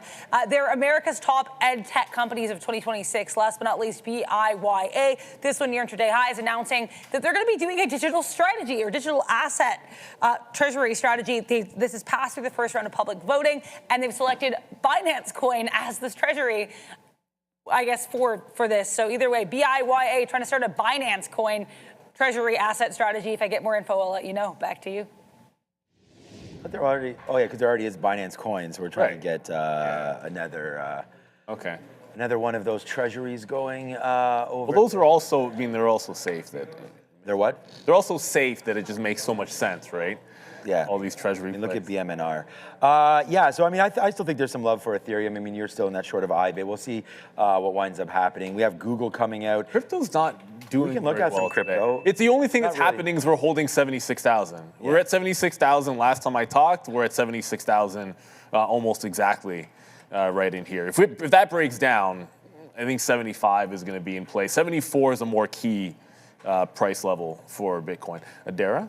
Just because we mentioned Pfizer earlier, I finally have news here on Pfizer, guys. PFE announcing they made 3 settlement deals for their Vyndamax, extending their U.S. patent expiry date to June 1st of 2031. Also saying that they expect revenues to stay stable from 2028 to mid-2031 due to this settlement. So guiding tepid revenue, to put it mildly, for the next 3-4 fiscal years, and announcing the settlement deal. We know PFE pushed higher. Still not sure why they pushed higher here. We certainly know why they're pushing lower now. I did just want to mention that, especially because the stock was brought up earlier today. I feel like I used to own Pfizer around this price, I feel like. The mic I is feel like back. The I still pandemic feel like level, Working where was it? without issue. Okay. No, I guess it wasn't. No, it wasn't. It moved. Well, that mic is now working. Did everybody heard that? I think so. Thanks, What? Fabian. Oh, perfect. That mic Yes. is now working. No, it wasn't these prices I owned Pfizer. I It think had to be, no, it was in the 20. it was Lower, at I- 29. No, higher. Oh, higher, It was a pandemic play. You remember the dude that, the interesting poker story at the office? Yeah. He had a trader on the floor who was touting Pfizer. Everyone was talking about, what are you buying during the pandemic? And I remember he had left the floor by then, and he messaged me out of nowhere. Like he's loving Pfizer. Yeah, and he was talking about Pfizer and this and that. And like back then, anything you bought worked, so it didn't really make a difference. But that was one of those obvious, you want to get out on the way up kind of deals. Right? Like if you're making the vaccine, it's like, how long is that going to last for a catalyst? But the Pfizer chart on the daily doesn't look all that bad. It really doesn't. Like, I think there's a Yeah, bit we of looked a, at that. It was holding the 50-period moving average. yeah, I might revisit whether that's worth investing into again, just to get maybe a dividend play. I'll go back to like Intel. I want this to get into VWAP. It bounced VWAP the first time. Like there's your trend break, there's your prior bar high, but it seems like it wants to go halfway and then not any further. So like the trend reversion trade fair, but like the all day, the idea that it's going to go all day is going to require this market to look a little bit weaker. And see the market just holding uptrend. It's a bit of a wedge too, but just holding on to the uptrend. So I don't know how optimistic I want to be about this getting through the volume weighted average price. As I said, IBIT's doing IBIT things. Tesla is right back at the volume weighted average price. That goes right into that 382 and lost it again. Yeah. Something about those 80s in Tesla. Like on the 4th day, I would have preferred if this could have broken it out. Like get above those highs, like 1, 2, 3. Really? Is it going to be a short at that same price a 3rd time? Or 4th time, sorry. It just seems crazy to me that you wouldn't finally break this level out. But it's not doing it, so. Yeah, I did put this out there, and it was thanks to MMMX. It still does that ching-ching, even if it's not a super chat, but that's okay. Oh, you can turn that. You can turn that. Oh, yeah. Oh, no, only for news you can. My bad. Yeah, okay, it's okay. Anyways, yeah, I just wanted to show you that was, I mean, Neil just covered it there, so it doesn't matter. I was going to say that was the VWAP, so that's why we sort of talked about that. We are going to drop out of this at 212. We said a little bit here on a breakdown through VWAP, or through the 50 period for NVIDIA as we ride it the whole way, man. And we only had 20% left. We got out 2 more times there, so we have 15% left now on this name. And if we do drop out, then we'll have that 7% as we'll get out of half, with leaving us with very, very small. That's a much better ride than the Russell Wilson Let's Ride. Yeah, Russell Wilson. What's he doing now? Is he unemployed again? No, he's still is he with Pittsburgh? I don't know where he is anymore. Aaron Rodgers? You know what he was doing? He was actually playing banana ball. Oh, okay. So he's probably done. He was playing with the Savannah Bananas, and retirement is obviously treating him very well, is all I will say. Of course, man. He's eaten some good. Retired 5 years He's ago. eaten just fine. If you watched him, he was just running out a ground ball with the Savannah Bananas. Yeah. He's probably. And he ain't playing. I don't think he's playing any football this year. I'll leave it. No, I'm not even sure he's on a roster, is he? To get paid all that millions and millions of dollars, these guys made. Hey, he has a Super Bowl, man. Ohio State, right? I think. He started out at. I think he's Ohio. NC State, and then it was Wisconsin and. Oh, Wisconsin. Wisconsin, and then North Carolina State, I think, or something like that. Yeah, so, okay, but as long as he still got Sia, he probably is okay with that. Sierra and him been married for a minute. kids, all that. Okay, there goes Amazon. With their report, I really like Amazon. I think Amazon's going to be a pretty hot report as well. So any pullbacks for Amazon, we're not near VWAP. This name remains super strong there with Amazon. So I think that's going to be a good looker there as well. And we could talk a little bit about the broader market because we haven't really done too much of that right now as, Broadcom down 4. Marvell's not in the S&P, so it's not going to be on here. We'll talk about that. That was down similarly as well. And then here's the space where I'm looking to pick up. I mean, we talked about I want to pick up some Johnson & Johnson as well. That's not here. These are producer manufactured. GEV down 5%, Lam down 5%, AMAT down 5%, Caterpillar. I mean, these are getting crushed. And Deere's not down today. That's no, because Deere's not as much of the data center as a lot of these other plays. So we'll wait. Deere only down point. It is worth noting, though, President Trump loves talking about Deere and the CEO of Deere. He big ups Caterpillar too, but I find he big ups Deere a lot more in that sector for whatever that could be worth. Remember he had that talk, he was like, we got to get the prices of tractors down and stuff like that. Yeah. So John Deere there, President Trump, all about the tractors. Okay, and then, today obviously you get energy upside as NVIDIA's bouncing off 212 right now. Not a bad look if you wanted to take something in that space there. Energy, good day today for energy, as we heard, which is kind of strange. We did hear that potentially USO downside there. It looks like it's starting to move around. You were in battle for a minute as we had that US open straits talk. Who knows if that's going to happen. And then here, we've been talking a lot about technology, but very focused on the names. All right, so KLAC, we saw Corning was down as well. There's Qualcomm down. Qualcomm had some huge moves. They're also reporting on Wednesday. Vertiv down there now, wow, down another 6% today. Vertiv was moving around yesterday as well as we get some pressure back in anything to do with the build-outs, of these data centers today as OpenAI kind of sent some shock waves through. We did have NVIDIA down about 3% at its lows. There's Broadcom, there's Micron, and we already talked about SanDisk a little bit there. So just a quick look at some of the broader views there in the market. And we do take an out, but we spin the money. I mean, when your out is $2.50, you're doing pretty good. So we got out of half, so now we just have a small piece left.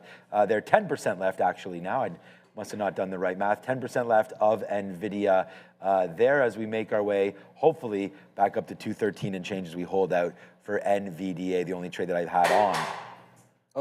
Right now today. Hope everybody is okay in the back there. And so that's that, man. The IGV, people saying, what's up with IGV? This is just very quickly. Software. Yeah, go.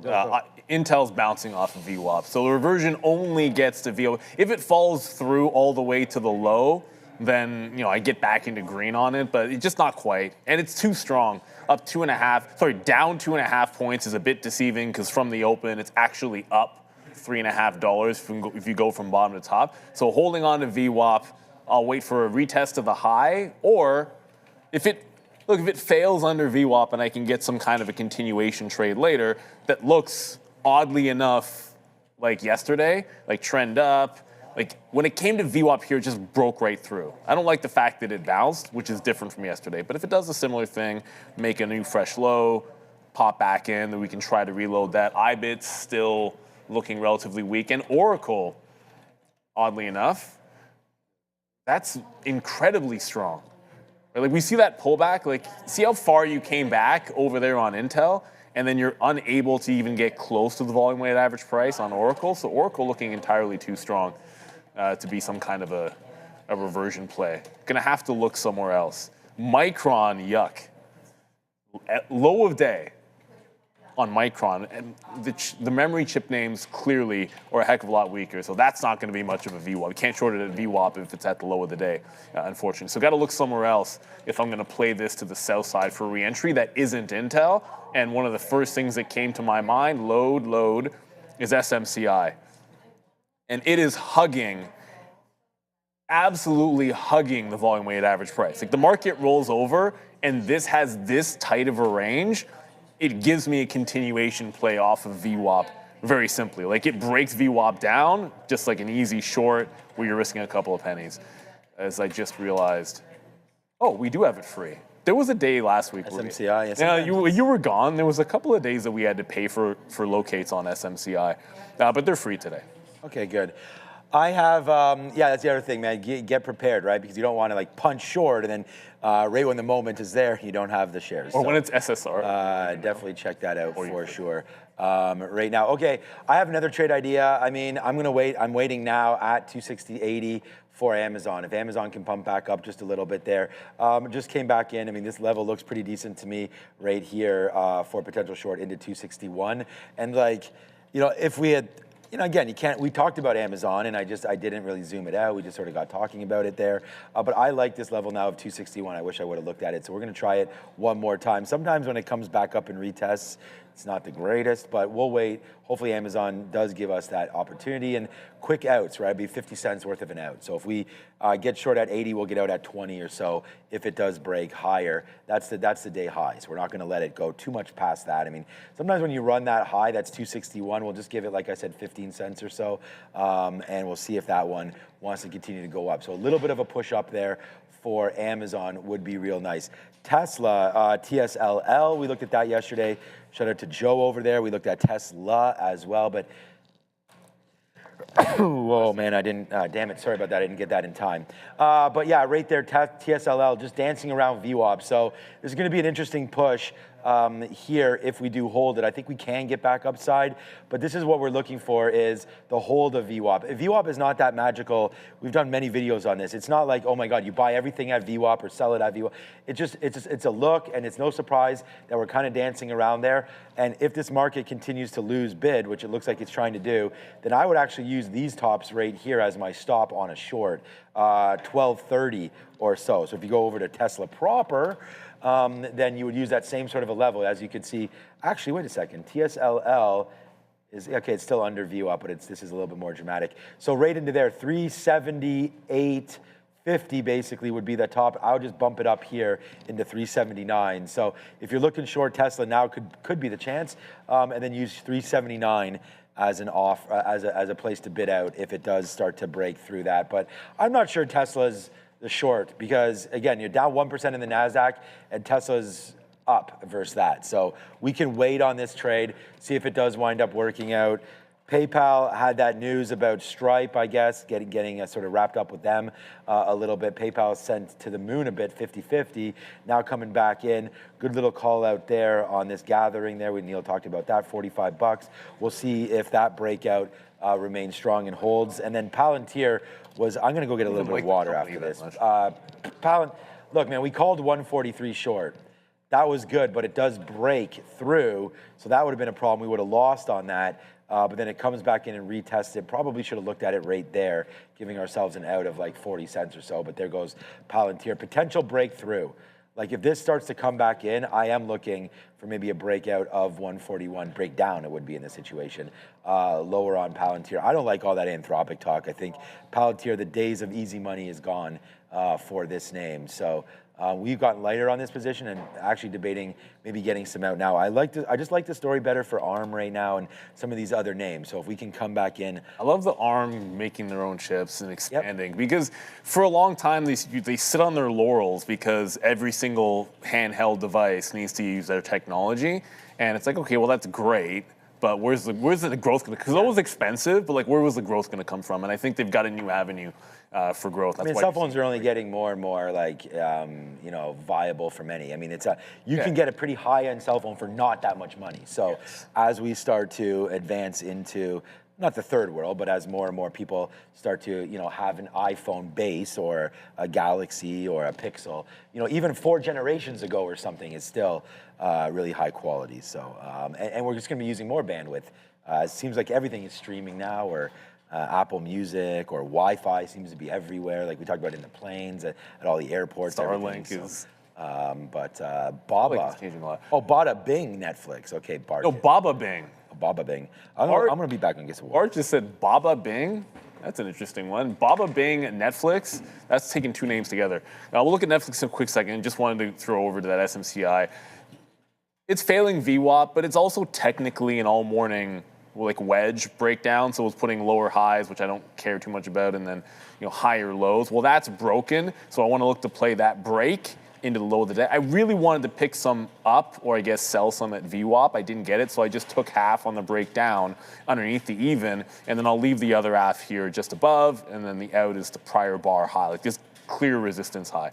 So just looking for that new entry into the short as the market's, oh, okay, well, it just popped down a little bit. Gonna throw bids in through the lows. You gotta have them out there if you wanna get filled. IBIT, the plan of action on IBIT was here.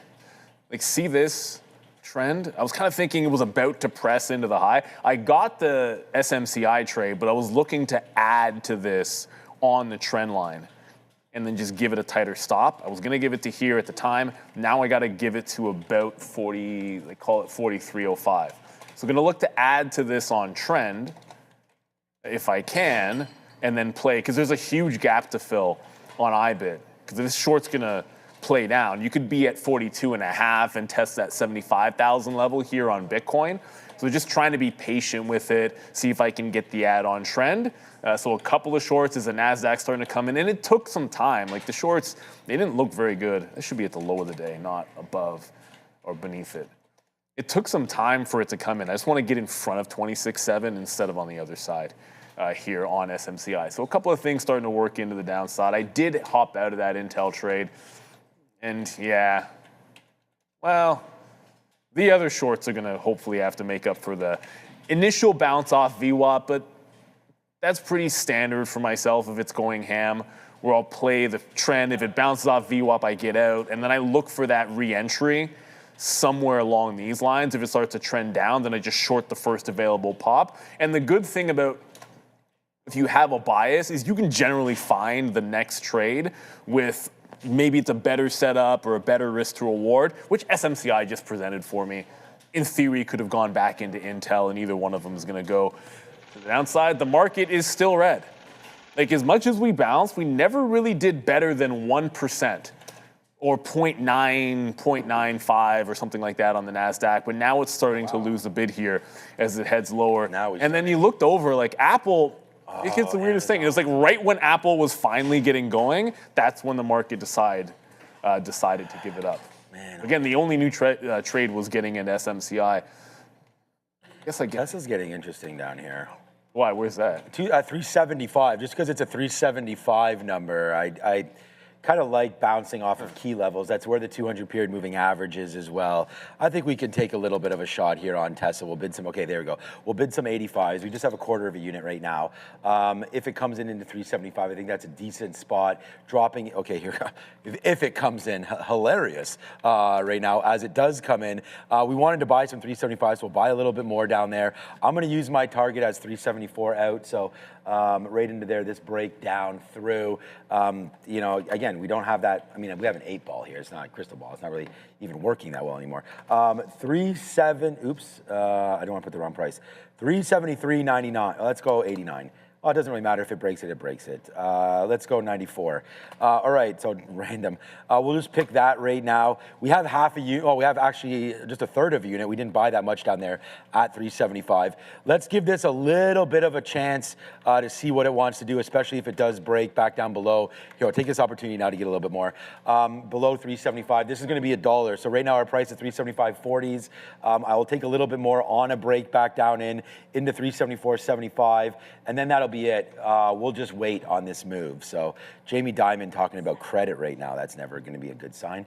But here we go. Tesla on watch for me right now is the S&P 500 and the NASDAQ. NASDAQ now into lows again. So the NASDAQ, this could be I mean, we just chose Tesla, but what about choosing the market and Pikachu's? I could possibly choose you down here, as there's a little bit of a bounce off of the day's low. So we'll get a check on that and a little bit of a check on Tesla as we get a little higher. Let's get something out in the 60s if we can do that, because this market right now is bleeding. We'll see if there's some sort of a story about this, but Jamie Dimon now speaking, and apparently not too kindly. Let's go over to Adara and find out. There's a quick out on Tesla. It's just 30 cents. We'll see if it wants to get going to the upside. I'll put it this way. I don't think Jamie Dimon's comments are helping. Jamie Dimon, CEO of JP Morgan and kind of known for being a little bit of a I don't want to say negative. He's a little bit more pessimistic, maybe perhaps, in terms of his approach to the market. Overall, he said that, quote, credit decline will be more severe than expected. And he said that he doesn't worry about the U.S. economy. So not concerned about the economy. He is concerned about private credit. I did take a look at Morgan Stanley. That one did drop a little bit as he spoke. BLK kind of range bound. But either way here, keep an eye on these banking and private credit names. As Jamie Dimon continues to speak, he also said it's important to keep the Western world together. Keep an eye here on this financial sector with that in mind.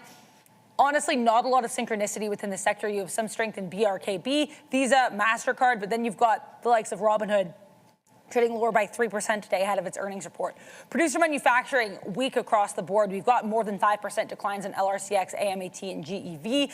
Could be data center build-out concern related, especially with GEV here, but if I get more details, I'll let you know. Transportation to the downside, led by a 5% decline in UPS on earnings. Non-energy minerals weak here. Consumer services, other than McDonald's, largely weak. Health tech, you actually have Eli Lilly and J&J trying to rebound a bit here, but we know Pfizer could be of concern as they come out and say they're going to have stable, quote-unquote, revenue guidance for 2028 to 2031. Now, tech services and electronic tech both beat up here. A lot of these names, including Oracle, NVIDIA, AMD, bounced off of lows, but having a hard time staying or keeping that bounce, rather. We know OpenAI reportedly not able to meet their internal revenue and user guidance. And even though OpenAI came out and said that they're, quote, firing on all cylinders from a business standpoint, again, gave these names a temporary lift. We'll have to see if it can take them all the way from red to green. Time will tell. So stick here with us over at Trader TV Live. More comments from Jamie Dimon saying that he worries about deflation in a worst case scenario. Back to you. Yeah, Come on, Jamie. Start talking more positively. Who was it? They had Dalio was talking about Ray.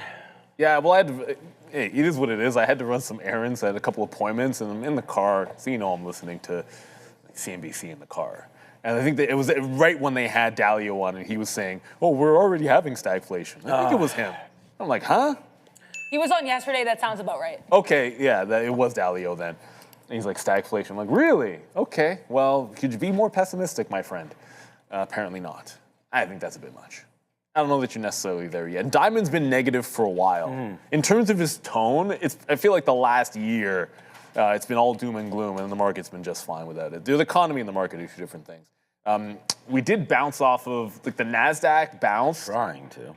Right off of we'll call it the morning lows, like 7 a.m., or the overnight lows, or the morning lows, whichever you like. And then SMCI bounced off the bottom. It doesn't get back up to VWAP for reload, but we are holding support, at least for now. The thing that just held up on strength and is still doing so, Apple from the low. It's putting in higher lows. So Apple, open, you get higher low, another higher low just got put in here. So if the market's going to hold up, this one has a chance to maybe break out holding trend, but the other side of that coin is if we break down, that is a trend break. It's a little tight to VWAP. That's kind of a B setup because like your entry is really tight to the volume weighted average price, which makes it a bit strong, but it's still there. And outside of the two things we're in, that's what I'm looking at right here would be Apple. Oh, and then the IPO. XE. Oh, shoot, never mind. Well, I was going to say, XE pulling back into VWAP, it had a nice bottoming tail candle. You come back and look, and it's losing the volume weighted average price. Ooh. But it did seem like it did this a couple of days and continue to rally. So I want to keep this one up. If it can get back and hold VWAP, I'm stunned by how strong this was yesterday. Yeah, I know. It happened in the afternoon. Yeah, like I thought for sure, I thought this was going to be the other thing, where day one at the open was the high, and then that's all you could get. But it's strong, super strong.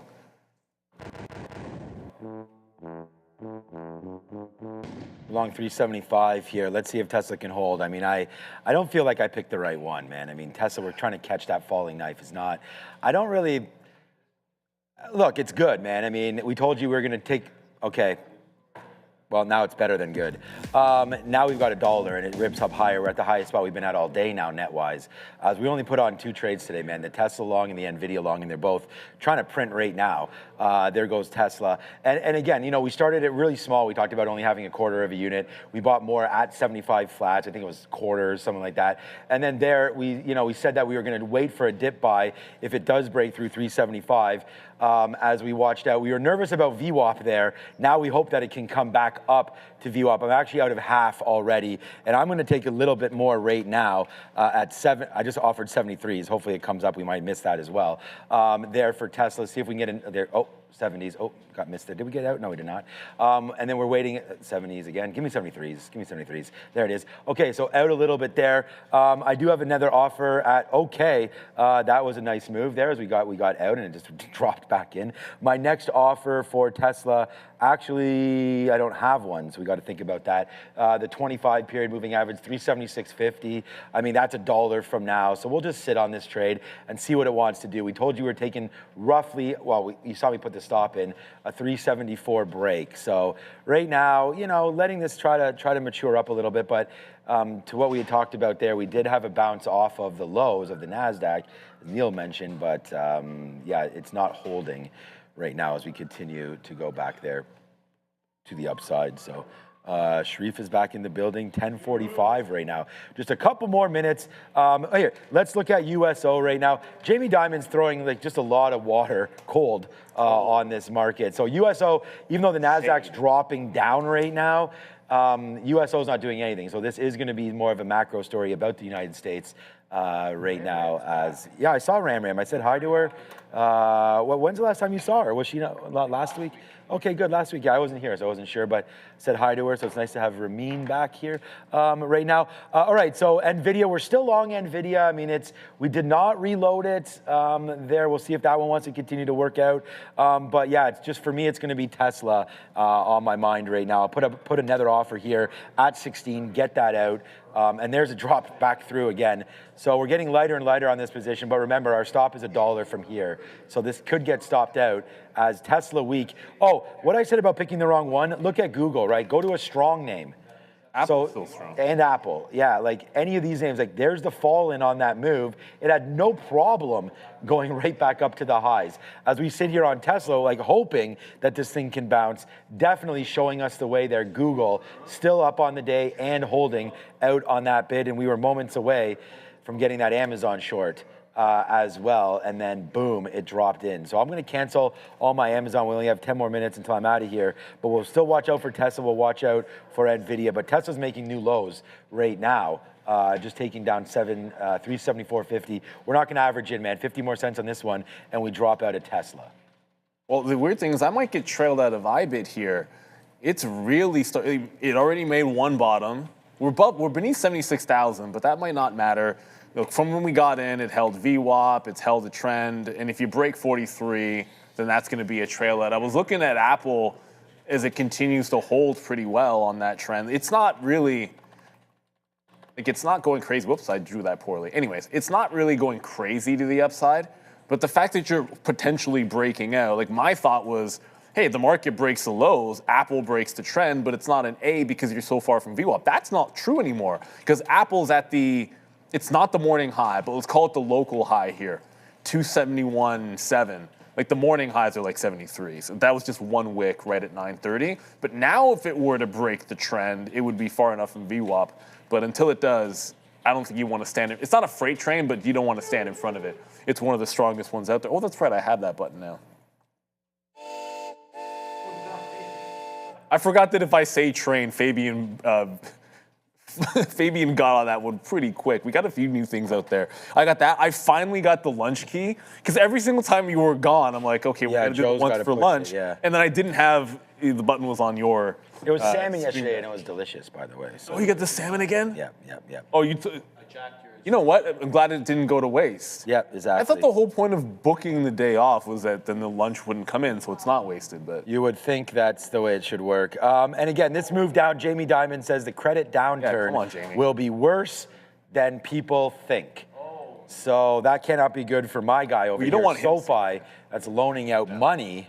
Right here, we'll have to wait to see what's going on with SoFi. But okay, let's go over to Adara, and then we'll get money talks, which probably the U.S. dollar. We'll hear a word on that, and then we'll figure out what's for lunch, and then we'll throw it over to the midday show.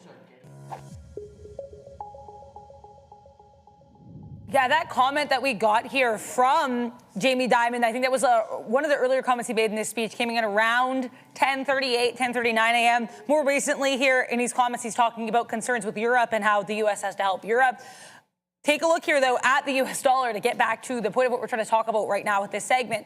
Massive red candle yesterday. We gap up, then we actually get below some of these areas from Thursday and Friday, and then we close basically right at Friday's lows. Now today, actually green, trying to make up, to be fair at this point, roughly only a third of that decline from yesterday, but trying to bounce a little bit here for that U.S. dollar. We did get CB consumer confidence higher than expected this morning, which is quite a positive change. Tomorrow, we're going to be getting some economic data here, durable goods, housing starts, so quite a lot of numbers at 8:30, but the numbers are going to be more notable when you come through for Thursday with core PCE and non-core PCE month over month, year over year, as well as GDP coming through Thursday morning. Now, all of that is going to be ahead of this FOMC rate decision. Now, mind you, the PCE data coming after the decision, but I think one of the biggest things to wait for ahead of that PCE number is going to be this rate decision. 100% chance that we're going to get rates held steady, at least according to the CME Fed Watch tool. Now, if you take a look here at probabilities, we're still not seeing a cut until December of 2027. So you're going to have to wait and see here what happens for these rate decisions. But either way, it looks like tomorrow is almost guaranteed to be a hold. Back to you. 208 again here for the NASDAQ with NVIDIA. There's SoFi. We already talked about that. That's getting lower here as the market right now is bleeding. We had said, like, oh my God, we had maybe survived a little bit of that NASDAQ move down and we could appreciate the rest of the day. But what I do appreciate is this move down on NVIDIA, giving me an opportunity to get long right around that 208. This is the level that we liked. We talked about this yesterday. We talked about this today. So if it's going to come through, I mean, it's only going to come through on dramatic moves. So, and this is something that we'll be willing to lose on. I mean, NVIDIA is going to be my top stock today. We actually wind up losing. I mean, Tesla, we didn't lose. We lost about 20% of what we made again on NVIDIA. So it's not huge, but we could give it up there. Tesla, there we go. Break through 374. Let's see, wait now if it wants to hold. I just, you know, you could always go lower down to 372. It's just when the market's doing this, it's kind of like, I'm not going to wait for Tesla to bounce. I'm just going to get out and then wait for the market to make a decision. And then if we want to get back into Tesla, maybe it's a 375 break or so. That's probably not great for oil. Oil companies have applied for export permits, so that should hopefully create, I don't know, that should have to do with price. China's already getting their oil from the Strait there, so. Okay, here we go. There goes NVIDIA finally right now. So nice little call there, back up to the upside. There goes NVIDIA as we buy that 208 again, man. We wrote it down, we bought it. Let's see what happens now with NVDA. What's up, Adara? Yeah, just keep an eye on AAPL here, seeing reports that Apple's CEO, or now outgoing CEO, I guess, Tim Cook has been seen at the White House for, quote, today's event. Now, I say today's event in quote because I put up a daily calendar here of Trump's events. I just checked his schedule. It hasn't changed. The only real events on camera today involve the King and Queen of England, the UK, sorry. So unclear how and if Tim Cook would have anything to do with that. But either way, apparently Tim Cook is at the White House. Now, we know President Trump posted a very long, very glowing Truth Social post about how much he appreciates Tim Cook when we had the announcement that he was going to be leaving. So we know President Trump's a fan of Tim Apple, as he once called them. If we do get any update here from Tim Cook at the White House, I'll keep you posted. Back to you. Tim Apple? Okay, well, why not? Look, I just jumped out of SMCI. It hasn't filled in the entirety of the gap, but we just bounced the second time. Well, maybe not even the second time, multiple times off the 27,000 level, and doesn't seem to want to break this 26.5. So bounced once. IBIT has not given me a reload, and it hasn't trailed out yet. Apple's actually going for the high once again, so that doesn't want to break trend at all. But I do have a target down at 42.5, but I think we're more likely to break trend and wait for VWAP for a re-entry there. And going back over to Apple's still holding strong. It was about to break this trend line. Like, it was really close. Like, it was maybe seconds away from breaking down, and I would have entered that one to the south side and then watch it bounce. So again, just going to be patient with this, as Apple is probably the strongest. It's probably the only Mag 7 name that's up. Forget about the strongest. Wow. ARM is almost green from the open, but 9% down. Oh, it's back? Oh, wow. Oh, no, 9% down still. It's like it's at the low of the day, but it's 9% down. If that goes SSR, if ARM hits 10% down, I'd probably look for a reversion during lunchtime or in the afternoon.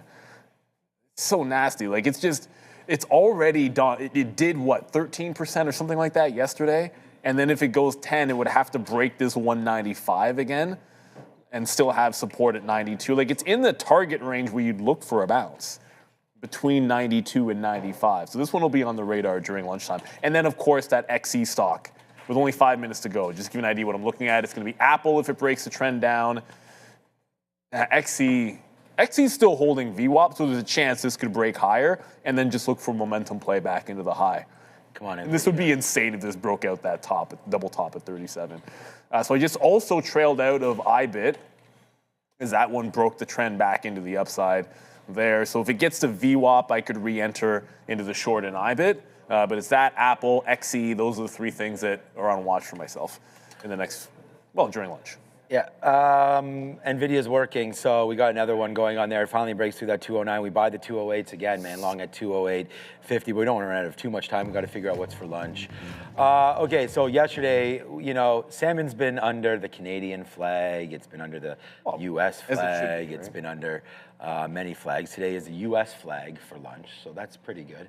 I'm hoping it's fried chicken. And today, if you guess fried chicken, well, you're going to have a chicken dinner winner. However, you only have part right. This right now is barbecue chicken leg. I mean, they've done it fine. Barbecue chicken leg should be legit there with roasted root vegetables. So we'll get a couple of those going through. Love some of those roasted veggies there.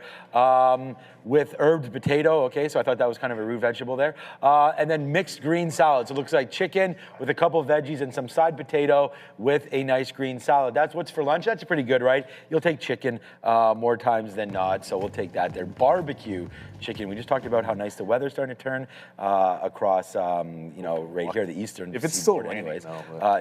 No, I think it's gorgeous outside, okay, Marissa was telling me. We'll end the day at the highest spot we've been at all day. So here we go, man. Props it up right there. As guess what, Joseph? There it is again. It's another $1 right there on NVIDIA. What are we doing but sitting here and taking these trades? I mean, there goes NVIDIA right there to the upside. We're able to load it up because it comes right into our price level. And there it goes, boom shakalaka laga, as we end the day at our highest spot. That's going to be good, and we still got a little bit to go here. So the stop, we can use 208 if it ever breaks that now as our stop. But there it goes. Let's see if we can get back going now. And maybe Sharif's guy, Jeremy Diamond, over there. I'm not sure if it's Jamie, if it's his brother, or if it's evil twin or whatever, but it's always Jeremy. Yeah, Jeremy. It's always Jeremy. Yeah, I'd rather hear from Jeremy than Jamie these days. Yes. As Jamie right there talking a little bit about the credit crisis potentially hitting the U.S. and some of these major banks. Also, as soon as I'm like, wait until you hear about how JP Morgan cleaned up on if any of these private credit companies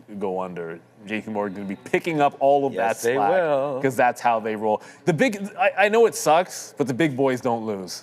You just got to buy the dips on them. That's pick one and grip it and rip it, and in the long run, you're absolutely fine. Whether it's JP Morgan, Morgan Stanley, Goldman Sachs, all those big boys. You'll be fine. All right, chilling. We still have another 90 seconds to go. Sure. Look, I've seen a couple of people ask about Robinhood. We get them after. By the way, Apple did break the trend, so in, prior bar out. Robinhood reports tonight. Robinhood is down 3%. It's holding the low. That's the good sign. But remember, all morning long, crypto's been relatively weak. So I'm not feeling very good about this in the afternoon. It's already turning around after that nice little bounce we had. It has been downward trend from the highs, and nothing is really stopping it. The only thing that's holding up so far is it's trying to hold this shelf at 81.5. If it holds a 15-minute candle underneath 81, I think it's sell in the afternoon for Robinhood. But all bets are off when they report. You know, you can go either way there. Whether the numbers are going to be good or not, I think some of the negativity is baked in. So, like, I'm not thinking it's going to be impressive. I'd like to think a lot of the negativity for them is baked in. So they have a decent chance to at least rise on the report because of that fact. I think it's going to be an interesting midday for sure. Oh, here we go. Oh. All right. Now, thank you, Riley, for that. I mean, we can hit the, here, where's the cash register? There it is right there. Sean, Neil, and Trader TV team. And I just put in the chat, thanks, guys, for watching. I think we had a great morning show, and then this pops in. Thanks for sharing your knowledge. Experience has helped me to evolve and become profitable. You mentioned setting up a meet and greet. I'd be happy to help organize an event here in Myrtle Beach. Yeah, I'd be happy to attend. Oh, golf. Okay, so here we go. 209.70 there. Nice move into 210. There it is, man. We did it again. Now we're $1.30 in on this one, man. The trades don't stop, man. As we get going, it's 11 o'clock. There it is, $1.34. Good one. Incredible morning. We had a great one yesterday with Joe. Glad to have Neil back. The whole team is ready to rock and roll. The midday show is ready. Joe's fresh, man. Normally he's been, transferring over. Now, but right now he's ready to rock and roll, as everybody is always around here. So thanks, Adara. See everybody. Neil, glad to have you back. Obviously, after just Elon arrives one at court. day. Elon's coming to court. Thank you to good to see Ramin back. We've already mentioned that as well. As by the way, NVIDIA's now is just pumping through. Now $1.50. Fabian, everybody over there. Andre. I don't think I missed anybody. Thanks, Randy, as well, for the hookups right there. Keep the caffeine away from Joe. He has a very inverse reaction to it, and we don't. Yeah, we were talking about that. Oh, has he been drinking a lot more? Okay. Take it easy over there, Big Joe. Right now, we'll leave you just with a $2 winner on NVIDIA, and we'll see you guys at 2 p.m. Ciao for now. Peace.